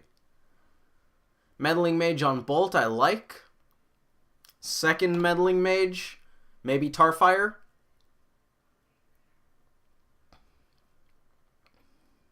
Maybe Snapcaster Mage. I think I like Snapcaster Mage on that one in the dark. Nux. Okay. I don't like that name, but that's fine. The opponent still probably has this regardlessly. We're going to take 3 off of this Mantis Rider. We can no longer bolt it. Oh, they're swinging with the team. They're putting us to 1. Okay. I think we want to eat the Thalia in case we draw another removal spell, so we can go Roast plus something.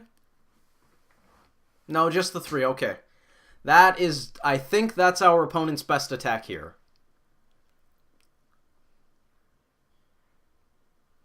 And now we pretty much can't win. They have far too many creatures. Anger of the Gods would be awesome here. That's in the sideboard right now. We'll be bringing that in shortly. I don't think we crack that fetch because that means anything is lethal. We need to draw an answer to this Mantis Rider, which I think is just Delver transforming. That's going to be how we answer this Mantis Rider. So if those 2 block, we block 2 dudes. They have 2 lethal attackers now. We can roast 1. So we are in it if we don't crack that fetch. Come on, something like a Tarfire. Okay. I'm not going to say I called it, but I kind of called it, guys. What do we roast? We're going to have to crack this fetch. Okay. Okay. We Tarfire Thalia. We crack the fetch. We go to 2. We roast a Reflector Mage. Actually, we're going to roast this Meddling Mage so that Bolt is live. 2 guys are dead. They have 4 attackers, but we're at 2, so then we're dead. I don't think we win.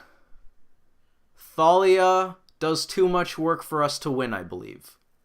We block Mantis with this. We block 2 dudes. 3 guys are blocked. They currently have 3 attackers. We can take 1 out without cracking the fetch. But if we want to take out 2 guys, we have to crack the fetch, and at that point, we're tapped out at 2, and they only need the 1 attacker to get in. I think I'm going to make the opponent attack with... Oh my lord. Yeah, you're right, we do attack with Delver. I don't think it technically matters because Delver is just blocking with Mantis Rider, but you're right, that's just strictly correct. We swing with Mandrills too then, right? If we don't attack, we're going to lose. So I kind of want to attack with Mandrills to get them to double block. Anyone think attacking with Mandrills is bad? Because they need to double block to stop Trample. They might not play around Bolt, but they also might. We can Tarfire this, which means Lightning Bolt is lethal here. So I think I want to attack with the Mandrill. Swinging with the Nux doesn't have... You know what? If we're dead on the crackback, we just swing with the whole team.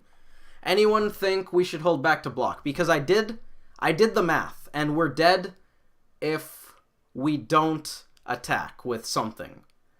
If we hold everything back, we are definitely dead. There is no line other than hoping they mess up their attacks. So I think we're going to go with hope they mess up the blocks.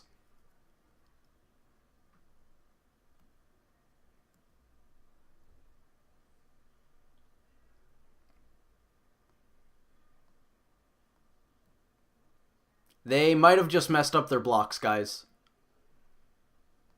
If they do this, I'm going to be very happy. Knock on wood. Come on, block.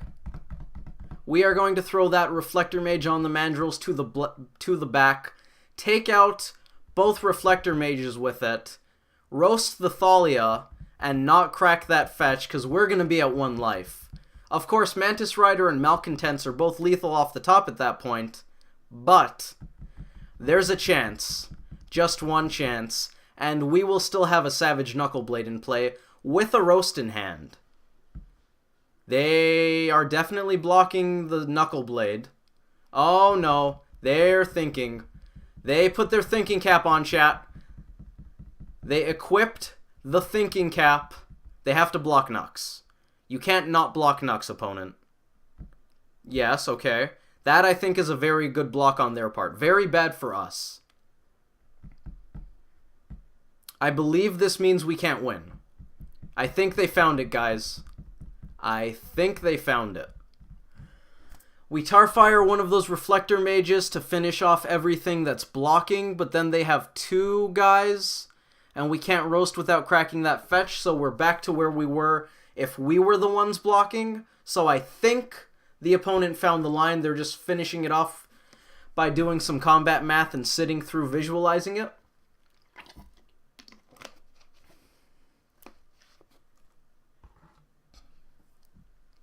I believe they found it.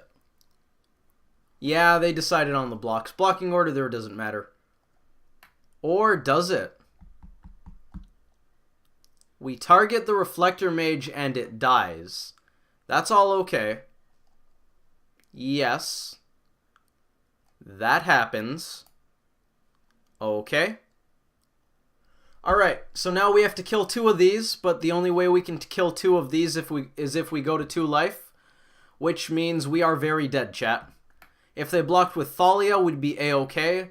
If they threw the extra Reflector Meddling Mage in the mix and let us just leave this at the back undamaged, we would have been A-okay.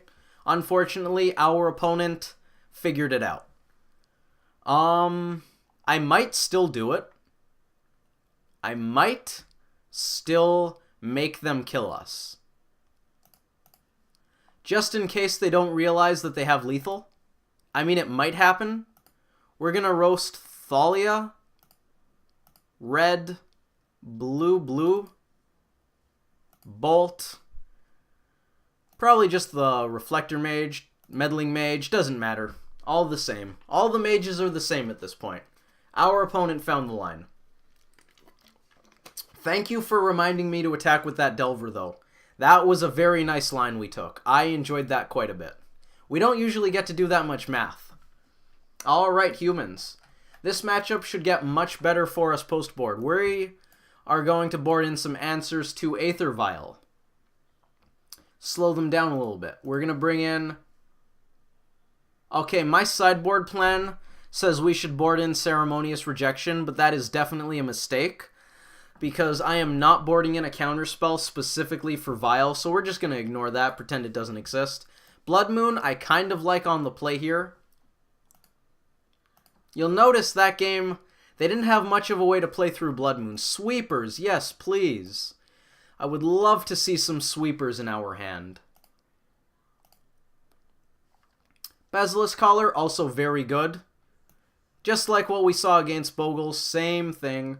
We're going to want the EE, and we're going to want these Huntmasters to gain some life and clog up the board a bit. Alright, 9 cards. Let's drop some counterspells. I believe all of them.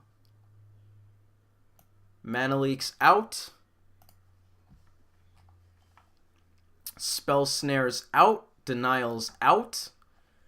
And that's something I like about this deck. That was game 1 against humans. We did take the first match against Mono Blue Thopter Sword. We are currently 2-0, and we are down 1 game in this match, which is our third. Something I like about this version of the deck, which is pretty much the version I always play, so I guess that's not anything special, but also the Disrupting Shoal version. Against decks where counterspells are bad, we can board in so many cards because we just drop all of the bad stuff. No problem, Nathan. Let's head back to the sideboard sheet. I want to see what else I cut. Normally, I'm okay with cutting 1 Scour on the play. That's how I make room for my Blood Moon. I want to cut Obsession. And I don't mind cutting a Hooting Mandrills, but I believe that's more than enough since I noticed that Ceremonious Rejection was on the list. So I think I'm going to do this. Mandrills is not great against Reflector Mage. I think I like Echoing Truth here. I think I'm going to run this. Let's do it. Debatable that you should run Thought Scour over either Mandrills or... what was the other card? Echoing Truth? I could see that. How have I actually have never played more than 2 Snapcaster Mages in this deck. As far as I'm concerned, Rug Delver is much lighter on the whole card advantage thing than every other Delver deck. So I've never actually run more than 2. Sometimes I actually play 1. Not in this version, though. This version wants it for sure. I like having 2. I like it quite a bit. We're going to lead on the fetch in case they lead on an Aether Vial. I don't want to pay Shock and then not be able to Tarfire, but I'm pretty happy with fetch Shock for Stomping Ground. Click is good against Mantis. I guess that's a pretty fair point. It's definitely bad against Mantis if they have Noble Hierarch. I just don't like that Click is 3 mana and doesn't do that much. We're going to pay Shock here, cast Serum Visions. Delver of Secret's not bad. I want both of these. We can always choose to not fetch away the Lightning Bolt. Unfortunate that we only had the 1 blue mana there. This is probably fine. I do think you want double red, though, before double blue in this matchup. Click is probably something to consider. I don't know if I actually like it, though. 2 mana, Thalia, Thalia. We're going to Tarfire that, probably. Not now. Can't exactly cast it now. We probably end up fetching away that Lightning Bolt, as much as that's going to kill me on the inside.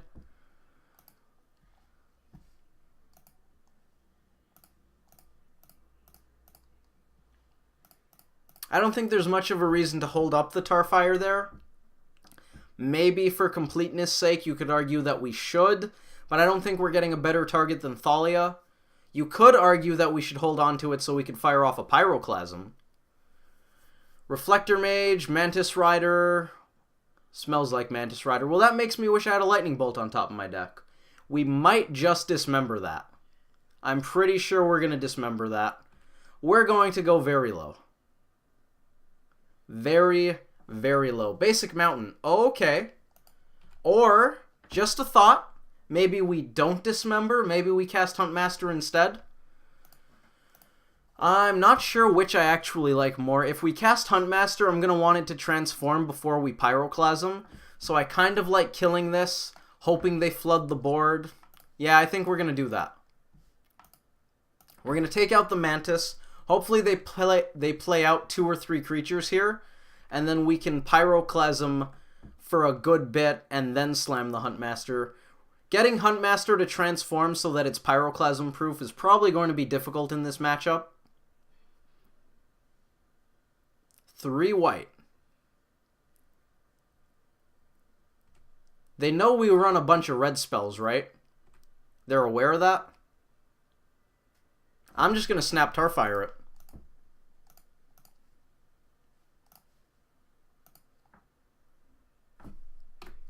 I'm not sure why our opponent boarded in Mirroring Crusader against us. I know it's good against green cards, but we have a lot of burn spells in this deck.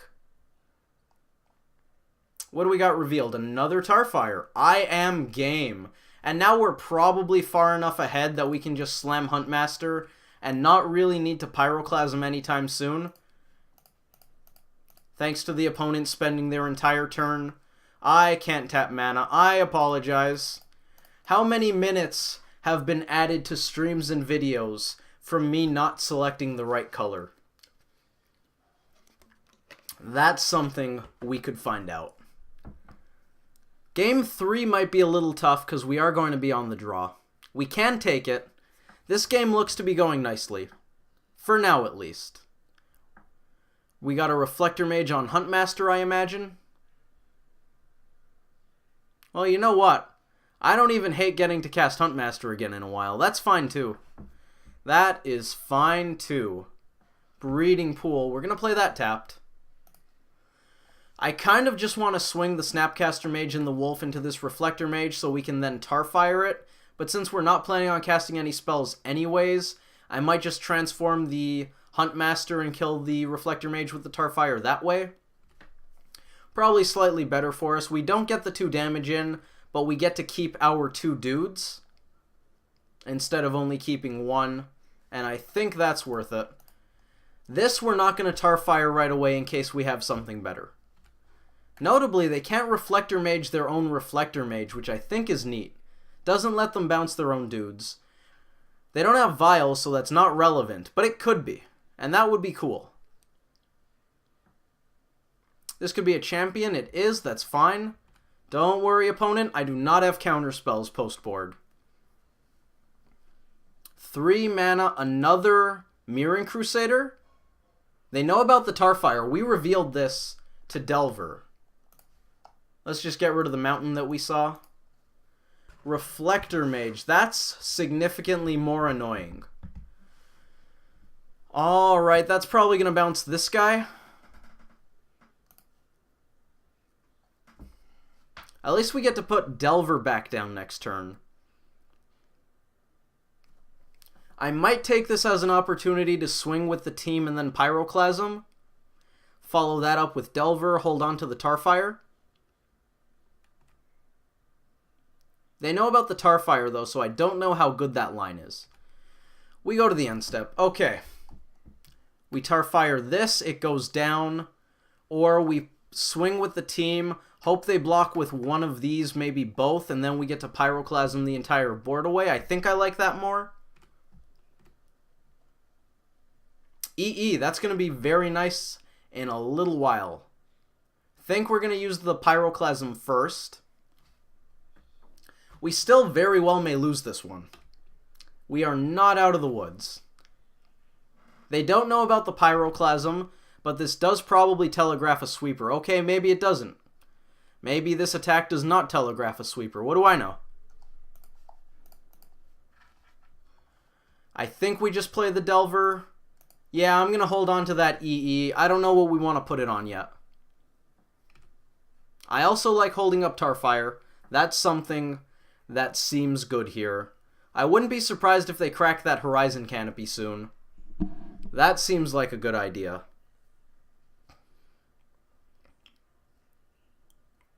Freebooter. We are definitely Tarfiring that with the ability on the stack. Otherwise, they just get to take our Tarfire, and that's no fun. Now, they do know about this Tarfire, so they walked into this expecting this. Now they're going to know about the EE. They knew about the Huntmaster because they Reflector Maged it back to our hand. Meddling Mage on Huntmaster would be wicked. Which play was beautiful? I did not notice the message until literally just now. Was it the Pyroclasm, or was it Tarfire in response to the ability? This is all fine. What do we got, Delver? What do we got? Another Delver. Well, we can play that and the Huntmaster. I'm actually pretty fine with offering this trade. Pyroclasm, I liked the Sweeper too. I'm totally fine with this, because if they want to block, they lose their dude. And we are definitely in a better position than they are right now. Yeah, that happens. We're going to play this. I think we stabilized. Yep, that's fine. They have 3 cards. They could play 3 1-drops. That's possible. Horizon Canopy, definitely the best land they could draw here. They know about the EE, so they're going to probably try to play around it as best they can. I don't know how well they can, though. Champ, that's going to grow the Lieutenant. I could see another 1 CMC dude. Then again, they're not really pushing damage on this board. So I feel like they just don't want to play out many dudes, try to get me to crack the EE and then rebuild. I'm not sure how they win this without just drawing extraordinarily well. Or maybe we just won't draw anything of note. That's possible too. We are going to attack with this wolf because it trades with either of their creatures. Well, it trades with the Lieutenant. It straight up eats the champ. Play that out. I don't think we need to worry yet. Huntmaster's going to shoot down the Lieutenant on their upkeep, so that seems perfectly fine. Think I'd rather transform than play out the EE here. Worst case scenario, we chump block the Champion of the Parish with a Delver of Secrets. That's a pretty good worst case scenario to be in. What do we got? Thalia's Lieutenant? We have another Lieutenant. Alright, that's fine. I'm going to try to speed up my pace of play because we did a lot of combat math and we have just under 8 minutes left. So I'm going to try to close this one up and then take game 3. What do we got, Delver? You want to help us close this one up? What's that? You say you do want to help us close this one up?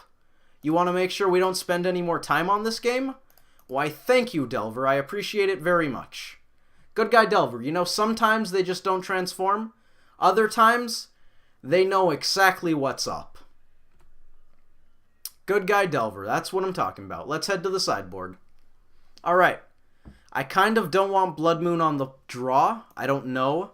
That game, Blood Moon would have been very good again. I guess we have the Artifact Hate, so it's probably okay.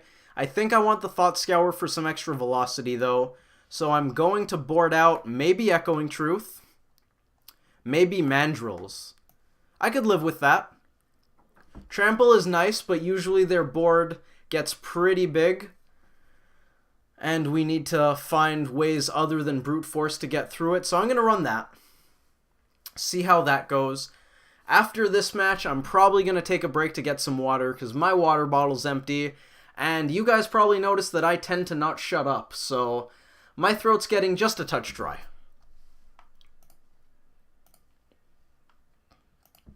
This is a hand.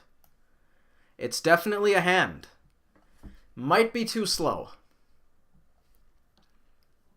Does anyone think this is a really good keep? Because I think we're going to spend at least our first turn casting this Traverse, and our second turn probably goes to Goyf or Removal Spell, and humans can be pretty fast sometimes. So I'm a little worried about this. On the other hand, Bobble as a free draw is something I like. I'm going to keep it. Maybe I'll get punished, but at least we know what the matchup is going into this. Vial on 1, you got it.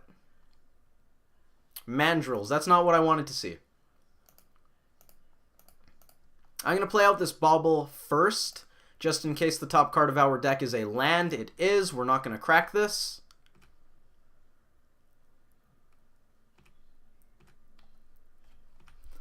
Then on their end step, we're probably just going to fetch a tapped Shockland.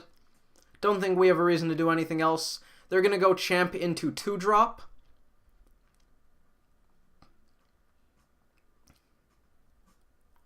Thalia, sure, that's going to make our removal worse. Hopefully Tarmogoyf does a decent job. Probably won't be great, but it's something. Let's grab a Steam Vents. We want our colors. Hopefully Goyf can do a decent job blocking.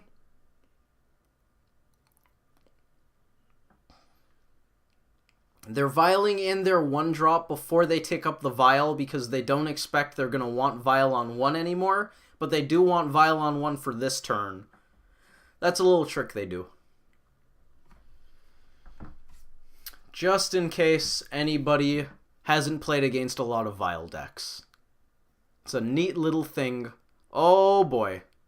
Oh boy. We are going to take a wallop. Alright. Alright. Well, that Thalia has first strike, so we're not blocking there. That's actually an insane draw.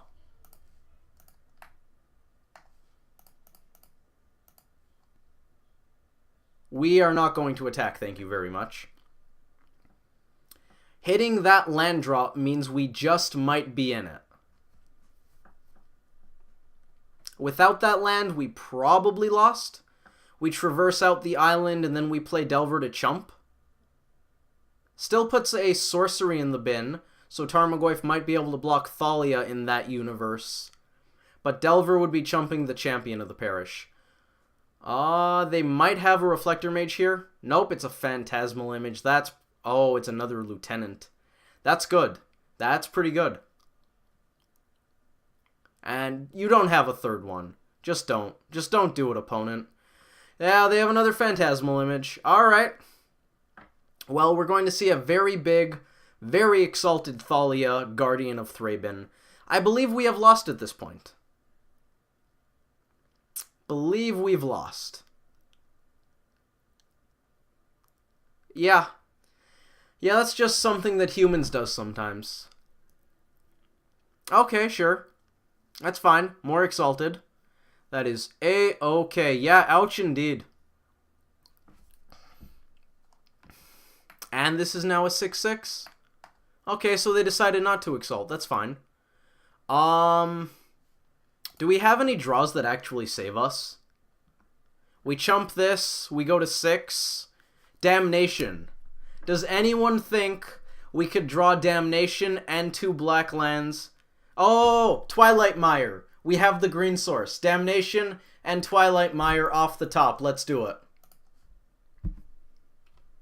Or Wrath of God in one of those ones. Well, we hit the mana. We can Serum Visions. We have spells that we can cast. Oh, we have to pay another mana for that. That's fine. Bolts. Nice. We have Lightning Bolts. We can pay Shock and cast many creatures. Many creatures.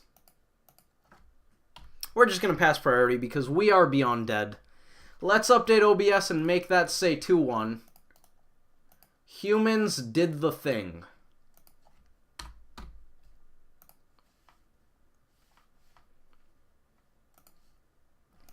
So, the 5-0 Dream's gone. We're not blocking here. Delver and Mandrills may as well survive.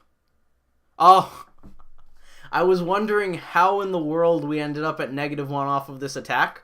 First strike. The other attacks never got through. Let's head back to the deck. I will be back momentarily. I'm just going to spend a couple minutes getting some water. I'm not even going to be long enough to make it worth saying that I'm on break. I will be back very soon.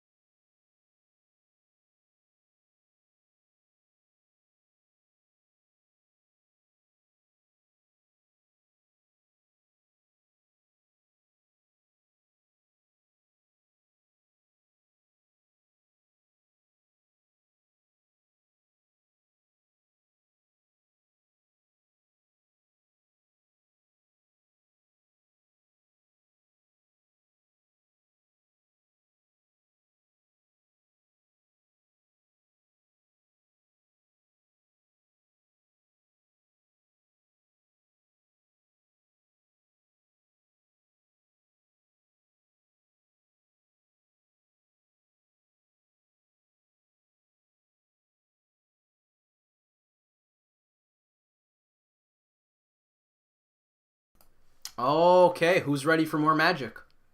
I am ready for more magic. Let's see if we can come back from that thing that humans did. Hopefully we can.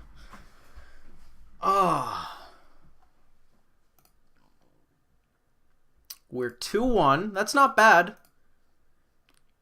That is not bad. Knock on wood. I will be satisfied if we even cash this league. The last two, not three, but even the one before the third previous was pretty bad. We cashed one of the last four, which means I have been paying quite a bit of money to pay Magic. Hopefully, we can tone that down a little bit. Basilisk Collar, definitely something I'm continually being impressed by. This is debatably my favorite card right now. Basilisk Collar is just nuts in the format currently. We are on the play, let's do it. This hand's great. It's not very interactive, but it's great. We'll find the interaction, it's okay. We'll cross that bridge when we get to it. Don't think I'm going to fetch for this Serum Visions. We're going to want to get a basic forest probably off of that. I also don't know if I want the second bolt effect, but I kind of do. It's probably worth having.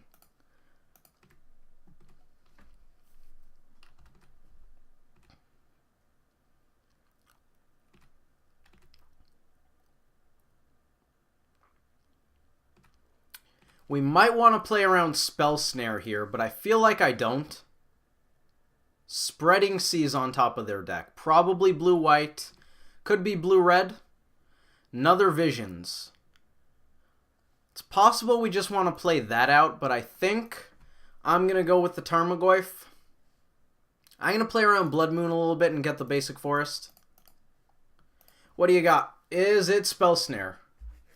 It's not. Probably just an opt then? Oh, they had nothing. Wow.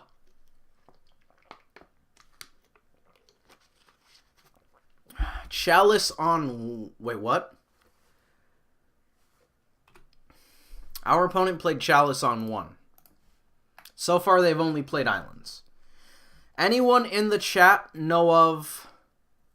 I actually think we're going to bolt the opponent here to grow this Tarmogoyf pre-combat. For starters.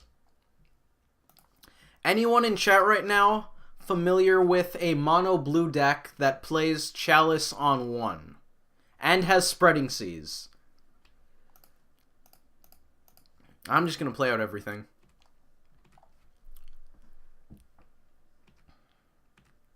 Debatable that we want to crack the bauble immediately to see if we are going to draw a 1 CMC counterspell, but I think I want to play around Thoughtseize just in case they're on blue-black.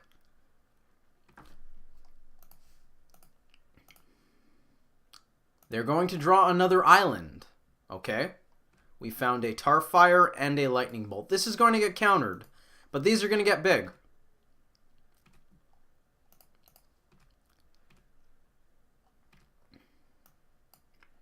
I might play out this Visions. Yeah, we're going to play the... if we don't play the Visions, we get to pretend we have Mana Leak up, which could be something of substance. I want to keep the graveyard stocked just in case we start using it for something. Maybe Mandrills. Then again, we need another green source for Mandrills. Harbinger. Okay. Does Merfolk play Chalice of the Void in the main deck all of a sudden? Is that something I was just not aware of?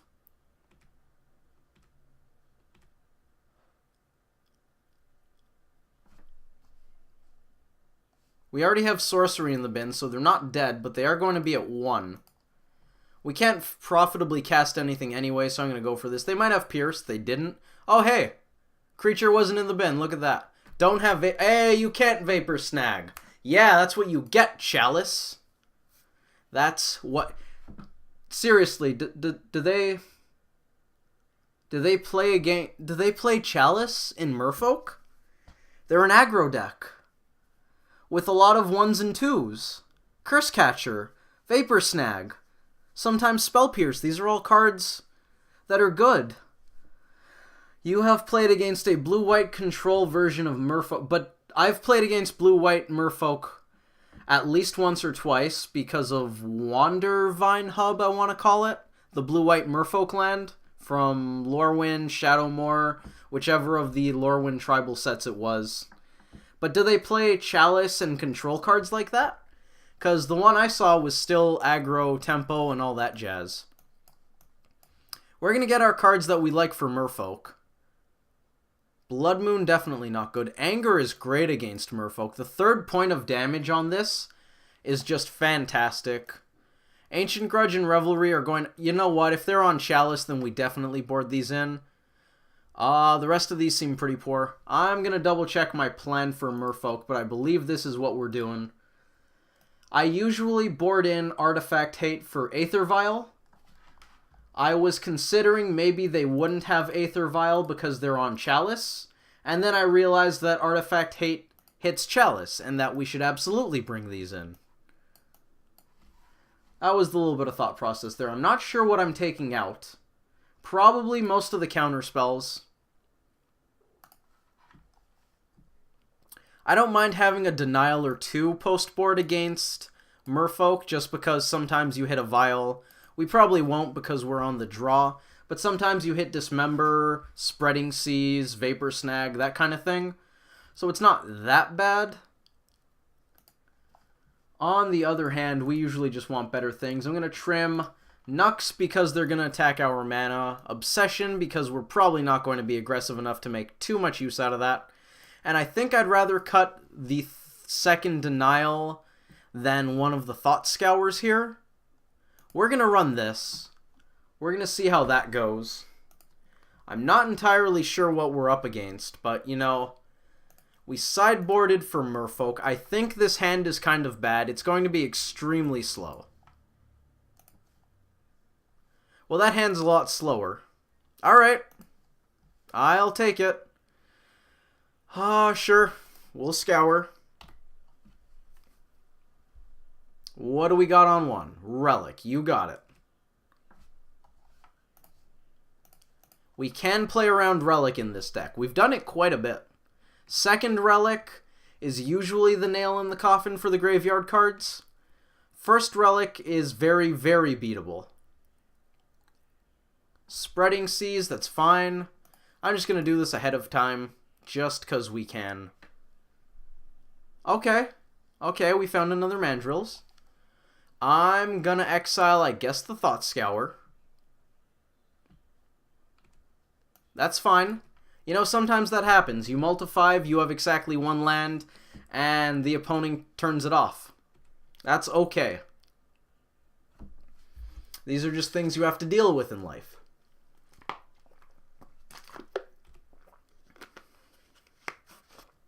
What is that? Fairy Conclave? Oh, that's neat. That is neat. Traverse, sure. Maybe we want to board out a Hooting Mandrills post board. Just because of Relic. Merfolk does pretty well always board in Relic, so it's definitely not unique to whatever we're playing against. But I might want to play around it a little more. Okay, so they are on straight up Merfolk to an extent. Harbinger was not just a tempo play. You got it. Make me click a lot. Did I? Okay, I did successfully click that. We're going to take 4. So the opponent's on mono blue Merfolk with Chalice. We probably just discard a Lightning Bolt. I mean, it doesn't matter at this point. I don't mind telling the opponent that I have Lightning Bolts post board. They probably already knew that. Right now, I'm just giving the opponent the opportunity to tell me more of the cards they're running. We now know they're running Fairy Conclave in addition to Mutavault. That is certainly something of substance. Conclave 1 mana or 2 to activate? 2. Not something I was aware of. Harbinger, you got it. Well, we have another land. Joke's on you, opponent. I can get all my colors with Stomping Ground.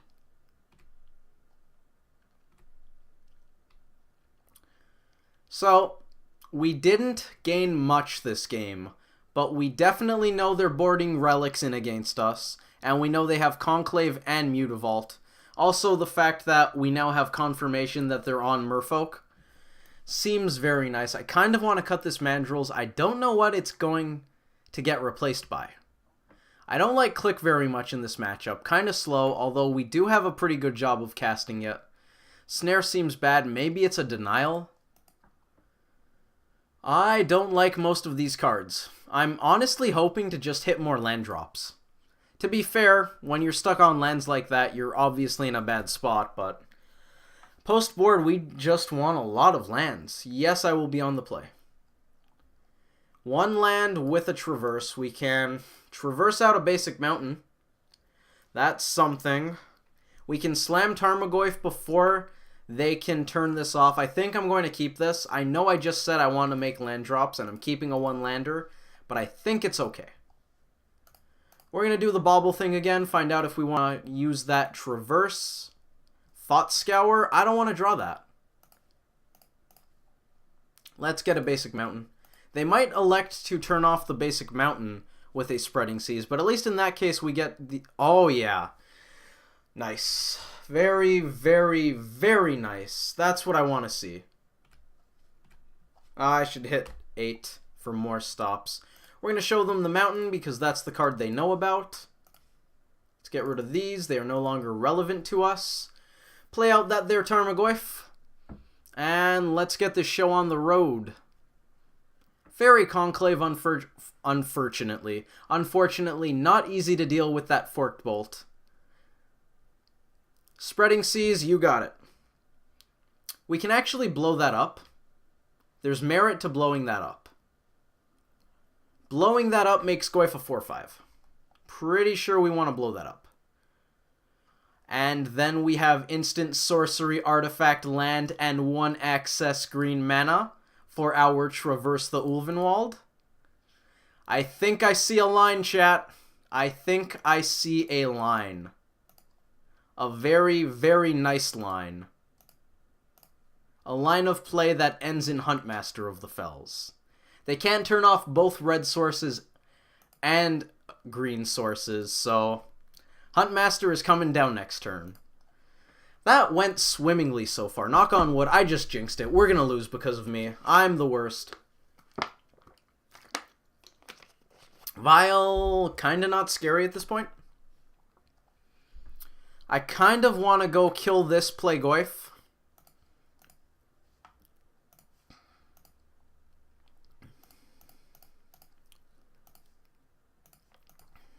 Goyf's a 6-7. That's big. That is big. Tidebinder Mage going to be very good for them. Then again, we can deal with that with either the Huntmaster transforming or Snap Forked Bolt. Silvergill Adept, sure, they have a Lord of Atlantis in hand. Well, the Lord can't come into play just yet, so that's something good. Wow. Wow. Just wow, honestly, I don't want to jinx it again, knock on wood, but we're kind of drawing straight fire here. We can Snap Forked Bolt the Silvergill Adept, try to push in damage with Goyf, and follow up with another Goyf. I think that's the play. Blue, red. We have 2 red sources, 2 green sources, so I don't even hate fetching out a basic island with that Misty. We're going to send 1 here, 1 here. Okay, pay red. I'm half expecting a Curse Catcher here. No Curse Catcher. Well, we're going to attack. I don't know if they're going to vial in something on 1 to block, but we're going to attack. No blocks. Okay. Well, I can't cast that just yet. Patience, Self. Patience. Let's play another Goyf and go to them. They have a lot of cards. We might be winning on the tempo front, though. They can vial in Lord. They can also animate Mutavault. Pretty sure we still swing with that Goyf, though. If they have another Harbinger swinging with Goyf is going to be a little disappointing.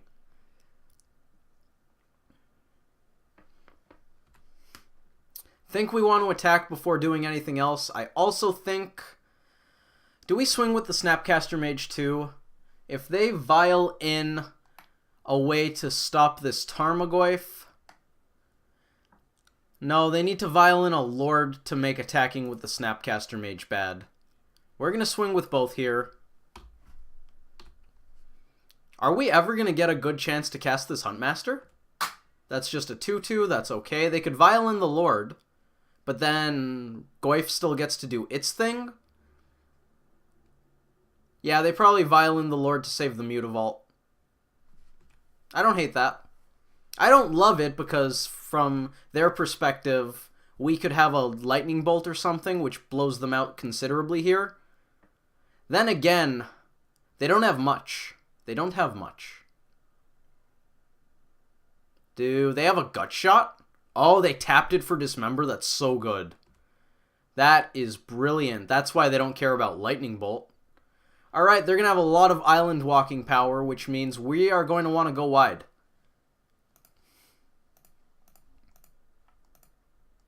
Now, I'm considering shocking and playing Tarmogoyf. How badly could this go for us? 1-2.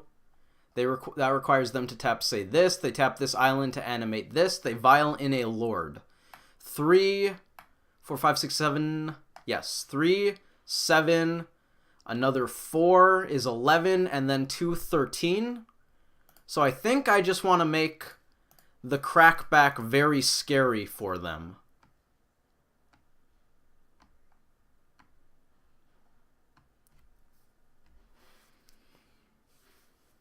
They had the Lord. Yeah, they're just gonna go slow here.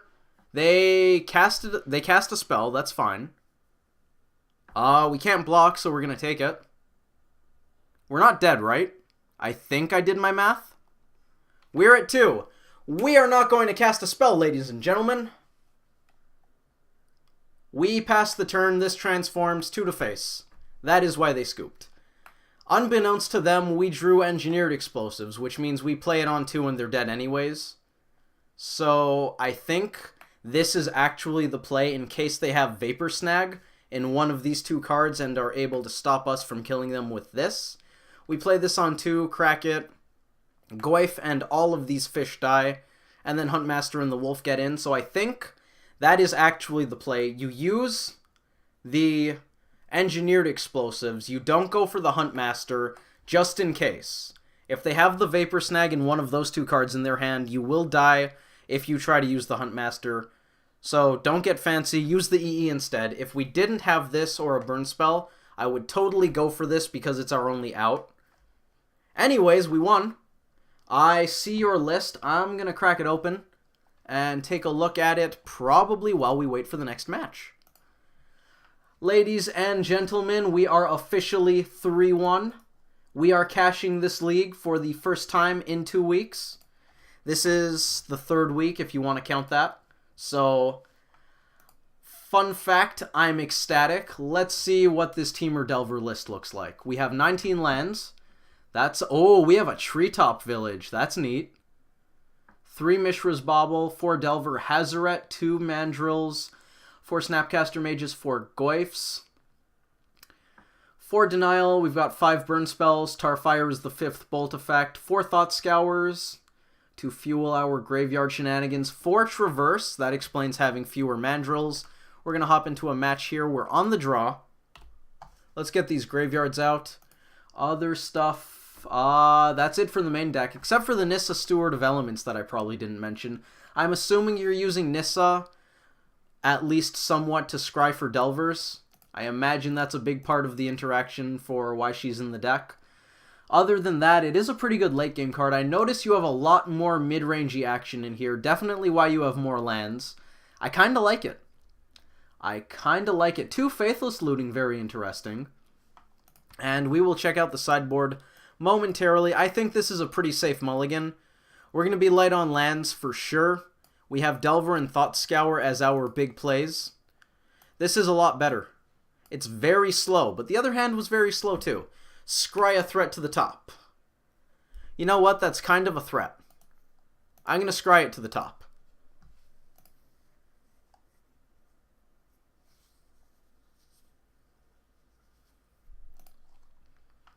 In the sideboard of this list, we have Thrun, Trigon Predator. I have no idea what that is. It's a 3-mana 2/3 that flies, and when it does damage, combat damage to a player, you can destroy target artifact or enchantment. Okay, it's a threat that acts as hate.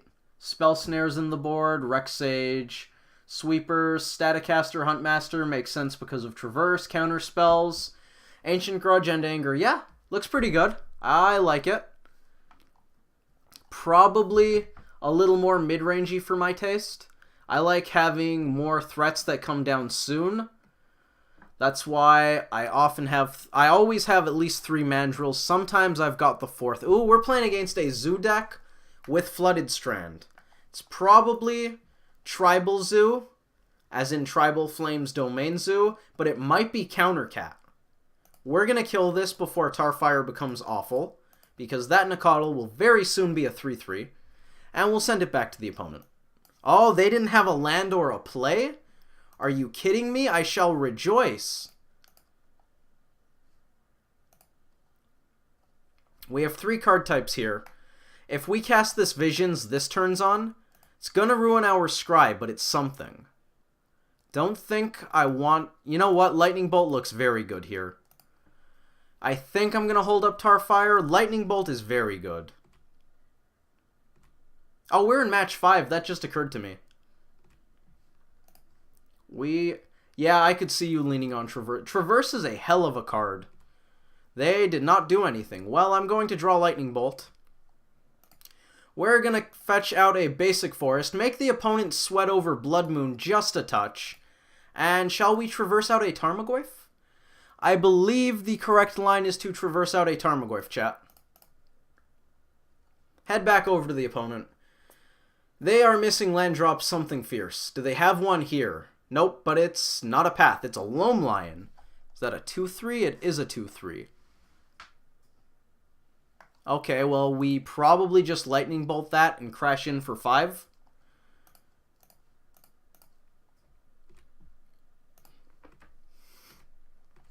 Things are going well for the player who can cast multiple spells in a turn.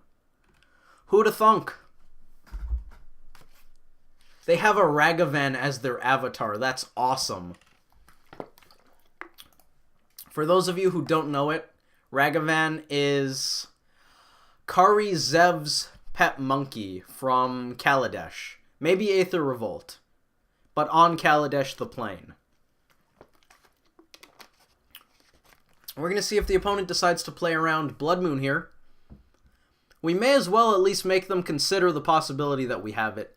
Gives up a little bit of value in game 2, but if they don't see it here, they might think we were bluffing or working to conserve our life total, and I definitely want to conserve my life total against a deck that is playing Tribal Flames. I'm assuming they're on Tribal Flames. This might be old school Countercat. Tarmogoyf's going to get mana leaked. That's an easy decision. We want to connect for another 5. We're going to fetch here, and I think we're going to get Steam Vent so we can scour.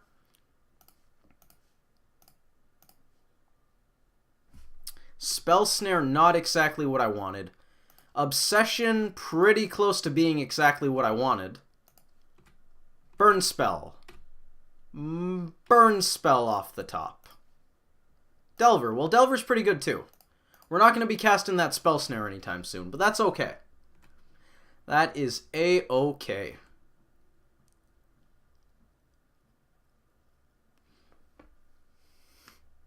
They scooped. Cool. Well, now that they've seen Delver, they might not think we're on Blood Moon, which would be a good thing, because I plan on sideboarding 3 Blood Moons into the deck. Do I have... I believe I have this deck as something I'm ready to sideboard against. Do I not have Domain Zoo? Ponza... I added a lot of decks recently. This apparently was not one of them. EE's good, Basilisk Collar's good, Huntmaster's good, Huntmaster is still good. Don't know about the Sweepers, let's throw them in this column. Blood Moon's something I'm interested in, but maybe just 2 copies. I'm not expecting them to interact with it a lot. Click is going to be good if they're more mid-rangey, but we saw Loamly in there, so I'm going to assume they're as aggressive as they can handle. Deprive's probably bad. Spreading Seas as some additional land hate I like quite a bit. Rejection's going to be bad, and I don't know if I want this Moon. Probably can go in that pile. Artifact hate seems poor. So we're looking at these 7 to start off with. What are we going to cut? I very much like having my spreadsheet so that sideboarding is simplified. And it prevents me from making small mistakes, from forgetting something's good or something's bad. But sideboarding by hand is also quite a bit of fun. Spell Snare I'm definitely iffy on, same with the Mana Leaks. I don't want all of them, I want to cut a decent chunk. We're not keeping all of these denials, 1 or 2 is going to stay. Definitely cutting at least 1. Nux seems okay, I want the removal. Echoing Truth could be quite bad, let's cut that. Mandrills I kind of like, but I kind of want to cut 1. Obsession's going to go, because I doubt we're going to be aggressive enough to make very good use of it. All of these burn spells are going to stay, same with the Traverses. Our top end got a little heavier, so we're going to want to hit our land drops, and there's no way we're cutting burn spells against this aggro deck. Let's drop... is that a... Oh, Blood Moon, okay. I wasn't sure what the character before Moon was. I'm thinking board in 2, since they're not going to interact with it much, and I don't really want to flood on them. I'm cutting at least 1 of each of these counters. Probably cut more Mana Leaks than Spell Snares, something like that. 2 more cards have to go. We've got 20 seconds left. I like all the cantrips. I could see cutting a Scour. 1 Scour, maybe just both of these Snares. We'll lean on Denial. But then Tarmogoyf's going to be a bit scary, so maybe we cut 1 of each. Now let's cut the Snares. Okay, or not. Or not. I ended up cutting Thought Scour. That's okay. I kind of like cutting Thought Scour there. When we're interacting, I like Thought Scour a lot more. Historically, I've gone straight to cutting... Okay, this is a hand. This is a hand that makes me really want to keep it, but I don't know if we can. I think we're going to do it anyways. Hopefully we're going to Visions into a way to interact or clog up the board. If we hit turn 4 with a decent life total, we might just be going off. The opponent mulled to 5. Take from that what you will. Historically, I've gone to cutting 3 Thought Scour in matchups like Jund, Control decks, just because you don't need it as much. There's going to be a lot more interacting going on, so the graveyard's going to fill up on its own just by both of us playing Magic. Nowadays, though, I'm liking cutting counter spells a lot more aggressively, which means the Thought Scours stay in, for 1, just because it increases our density of cards we like, and it helps us hit our land drops much more. Our opponent's deciding on their turn 1 play. I think. That or they're AFK. 1 of 2. Let's head back to that list you shared. Well, they're doing stuff now, but we can't do anything, so... Okay, well, they passed the turn. I'm gonna fetch out a Steam Vents here. I don't like taking much damage, but I am gonna take some. Let's Visions. Spreading Seas I like. Land I don't. Delver can be played on turn 3. We probably want a Visions on 2. Think I'm just going to bottom the Delver. I don't really want it. Our opponent didn't crack this, suggesting that they were waiting to draw land. Looks like they found the land. How do you like Hazaret in your main board, Lieberger? Kurdape. They didn't crack this one. Okay, well... I'm just a filthy liar, I guess.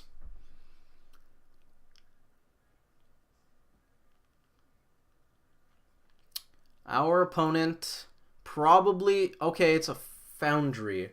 They might just be on straight up Naya Zoo. This requires forests, and green mana is probably good for the opponent.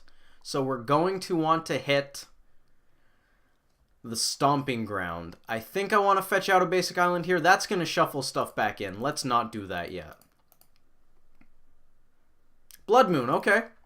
Well, that might be very good. Our opponent is about to no longer have a non-basic island, and instead they will have a non-basic mountain. Let's go get that island. Oh, and then we don't have to fetch or shock for Huntmaster. That's neat. Hopefully they don't have Wear Terror. I imagine they're not running anything like that. Bolt. I could see bolts. Yup. I imagine the opponent isn't running dedicated enchantment hate because zoo decks usually run Kasali Pride Mage. And that is enchantment hate, artifact hate on its own. Let's play this out first in case they blow up the moon. I don't want to have to shock later. And we're going to make some dudes and gain some life.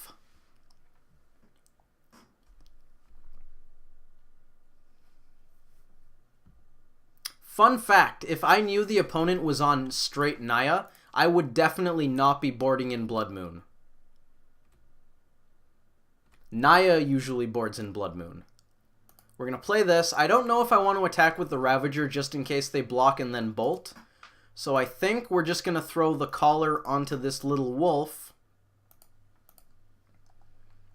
and have it attack. I also think I want to cast another spell, which means I should have just thrown it on here since this is transforming anyways, and therefore dies to Lightning Bolt. We're going to bottom both of these. We have better draws. Huntmaster's going to transform, which is why we should have put the collar on it. Yeah, I definitely like Hazoret in the mid to late game with Traverse. I generally use Savage Knuckleblade for that purpose. They scooped! We 4-1'd! Guys, we 4-1'd. Yeah. That is our first 4-1, I think, since the first 5 leagues I've played with Delver. Which means we have not 4-1 for almost, I want to say 15 weeks, at least 10. That's spectacular.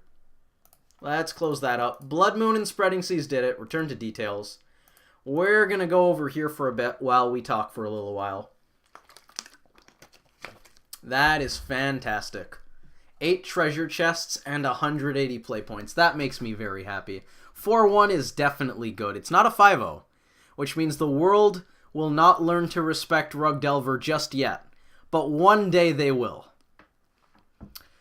Yeah, I like the discard ability on Hazoret too. I just worry that it's a little slow, but I guess in your list, you're going for slightly more mid-range than I am, so that kind of makes sense.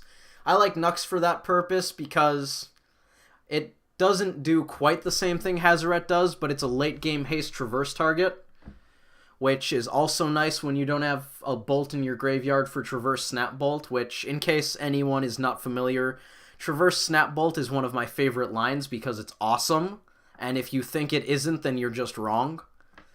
I've originally started running Nux shortly after Etron became big, because Knuckleblade is nice against Etron and Death Shadow, and those were the 2 biggest decks in the last little while. Let's update OBS to show off that we 4-1'd. We may as well, since we're not hopping into any more matches right now. I like Nux against Eldrazi and Shadow because its ability lets you threaten to outsize their threats, be it a 5/5 or smaller Shadow, a Delve threat, a Reality Smash, or a Thought Knot. So they have trouble attacking into a Nux when you have open mana. And on your turn, before you cast any spells, you just go straight to combat, swing with Nux, and they basically can't block it unless they have a removal spell for it.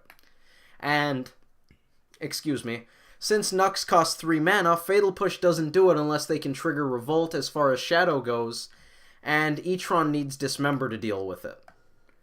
So, I historically liked Nux for that purpose. I like Nux a lot less in this metagame. I believe in my chart deck I cut it all together.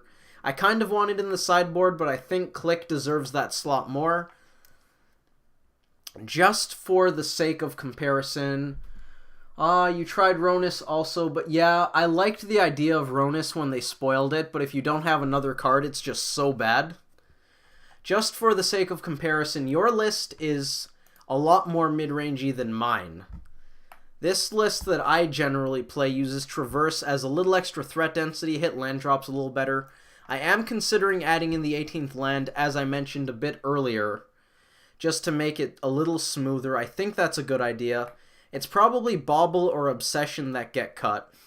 I'm leaning towards Obsession, just because it's only really great against combo, and it's actively bad against some control decks. I mean, to be fair, I was an advocate for Curiosity back when I want to say more people played Delver, but I mean, more people did play Delver back then. That's probably a fact. Once Probe got banned, a lot of people got off the deck. Rest in peace, Gitaxian Probe. We barely knew you. But anyways, I was a big fan of Curiosity because you could play it at your leisure when the opponent tapped out, and then boom, hit him for a good chunk of damage with whatever threat you have, and you draw a card off that immediately, meaning your one CMC enchantment was a cantrip at worst. And then if they remove the threat that it's on, they kind of 2-for-1 you, but you already got a card out of that Curiosity, so they basically just 1-for-1'd you, which is totally fine.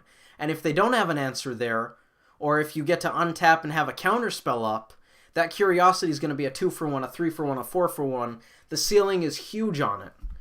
So I don't hate Curiosity and Curious Obsession against mid-range and control decks, but they have way too much removal. That window is not going to happen often. With Probe, I'm not sure I ever even did this, but in hindsight, you could probe them, find out if it was safe to drop your Curiosity, and that's pretty great. So I think this is probably my 60th least favorite card in this deck right now. Maybe it's one of the Tarfires or the Forked Bolt, but I am a huge fan of Forked Bolt, and I like Tarfire quite a bit. So anyways, I get sidetracked a lot. This deck is a bit more mid-rangey than most Rug Delver decks, I think. I think usually people go straight for the tempo.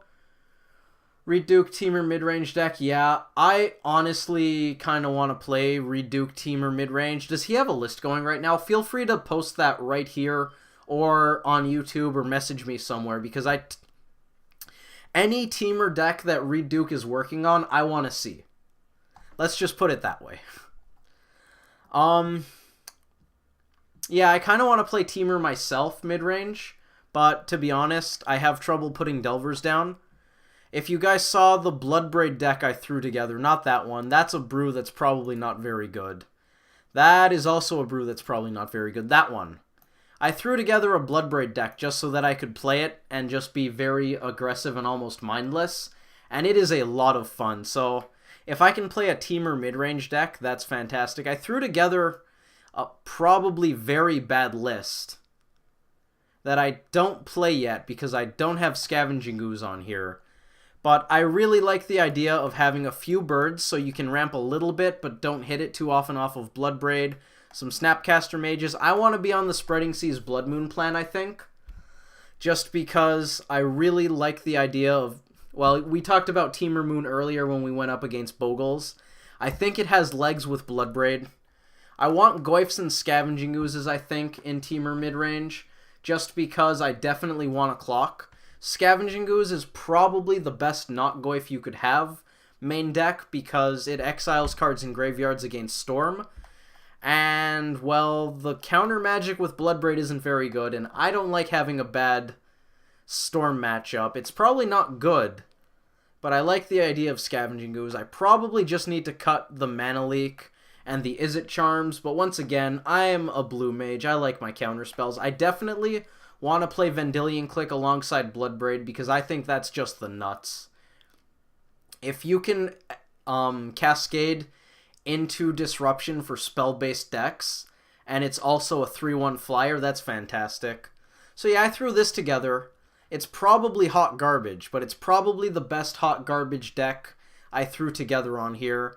The sideboard, Staticaster I like. It has Nux because I think I want more threats and stuff for mid-range decks when Blood Moon isn't so good. But I'm really not sure. I definitely have Basilisk Collar because I just love that card. Huntmaster for aggro. Delay probably isn't good, but I like the idea of having it against something like Storm. Against Storm, I think you would board out Bloodbraid. There are definitely matchups where you don't want Bloodbraid, and I think some of those might be where you want a counterspell, so I could see boarding out Bloodbraid for counterspells. Speak of the devil and he shall appear. In my chart and shoal deck, something I'm trying right now, in case you guys missed me briefly mentioning it before the league, Mike Fawn, who might still be here in chat, if he is or isn't, shout out to Mike Fawn on MTG Salvation for working on the Disrupting Shoal deck that sideboards into a Haymaker-filled mid-range deck. This deck uses Disrupting Shoal to keep up on tempo. This is something I was going to talk about, Lieberger, when I looked at your list. The Disrupting Shoal decks are on the one side of the tempo mid-range aggro control scale. Then you have my list that gives up some of the tempo for a little more mid-ranginess with Traverse, main deck removal, that kind of thing. And then you have your list where you go a little farther, not quite to the old school Rug Delver decks that were basically mid-range decks with Delver in them, but you have at least one man land and a lot of stuff to do with your mana. Have you considered Scavenging Ooze? That might be pretty good in your deck. You probably hit a lot of land drops. I feel like you could easily squeeze one into the main board, and if not, you could probably run at least a couple in the side. That might be really good for you. You should consider that if you haven't. Anyways, yeah, so I think the aggro control spectrum is really neat, and you can totally tune your deck based on the metagame and your playstyle. Your deck is definitely better in mid-rangey metagames, but it's probably a bit worse against Combo and Tron, whereas my deck is sort of in between on that spectrum, trying to hedge a little bit in both directions, losing points against both, but also gaining points against both. And then you have Shoal decks that try to beat the Combo decks and the Tron decks, but basically fold to mid-range if they don't just tempo them out something fierce. Anyways, this deck is awesome, in my opinion, even though I don't know if it's actually good yet, because you board out the Shoals, and you board out the counter spells, and you can take out a bunch of blue cards because you boarded out Shoal and you no longer need to support it. And you can just board in tons of red and green haymakers against mid-range decks. Pre-board, this deck is pretty bad against Jund. Post-board, it looks something like that. Probably cutting an Echoing Truth. Obsession can go. You're going to want Click. Post-board, it looks like something like that, which is what I wanted to talk about after I mentioned you can board out Bloodbraid when it's bad for counterspells. You can board out counterspells for Bloodbraid when Bloodbraid is good. You probably want to cut a Mandrills here, actually. That's kind of a lot. I don't want to be that weak to Graveyard Hate when we have this much stuff that isn't. You could consider having one Denial. Maybe it's just the Echoing Truth. Maybe the Mandrill stays and you just have 18 creatures, which honestly seems awesome against a Jund deck. But yeah, you can sideboard into something like that if you have Bloodbraid in the board, because counterspells honestly are not good in all matchups, and there are definitely matchups where I don't want them in the deck, as we saw against humans, although I don't know how good Bloodbraid is against humans, but it's something. So I think if you want to play a very tempo-oriented Shoal-based Rug Delver deck, you probably want the sideboard to be very heavily skewed against mid-range. I just boarded in 11 cards. I think that's awesome. Because game 1, unless you play Bob Roulette and you win, you're almost always losing to Jund. So I think you really need to have a good shot in game 2. I think this is sweet. I played, I think, one match against Jund in tournament practice where I did this, and it was just gross post-board. It was so much fun. If you like interactive games of Magic and slamming haymakers, post-board, this is wild. So I do think Bloodbraid actually can have a place in Delver in the sideboard. I think it's totally possible, maybe even good. I don't know because I've played very little with the deck, and it kind of feels weak to aggro to me. I can just throw all of these in because Magic Online's going to sort it however it wants to anyways, so it doesn't actually matter. But yeah, that's just something I wanted to touch on. Yeah, there's way less green before the last maybe 3 months ago. Oh, okay, so you tweaked it a little bit. I have run Scavenging Ooze in paper Rug Delver because I do not own Tarmogoyfs in paper, and I can definitely vouch for not having a lot of green mana. I think I was on 18 lands at the time. In Goyfless, I think I like 18. I do still have a list up on Tapped Out if anyone's interested in playing Rug Delver without Tarmogoyfs. I do not recommend it, but I 3-0'd an FNM with it, so you can win. It's still Delver. It still does its thing. It just does it much worse. Yeah, I think that's pretty well everything I wanted to talk about. I might be playing this next week.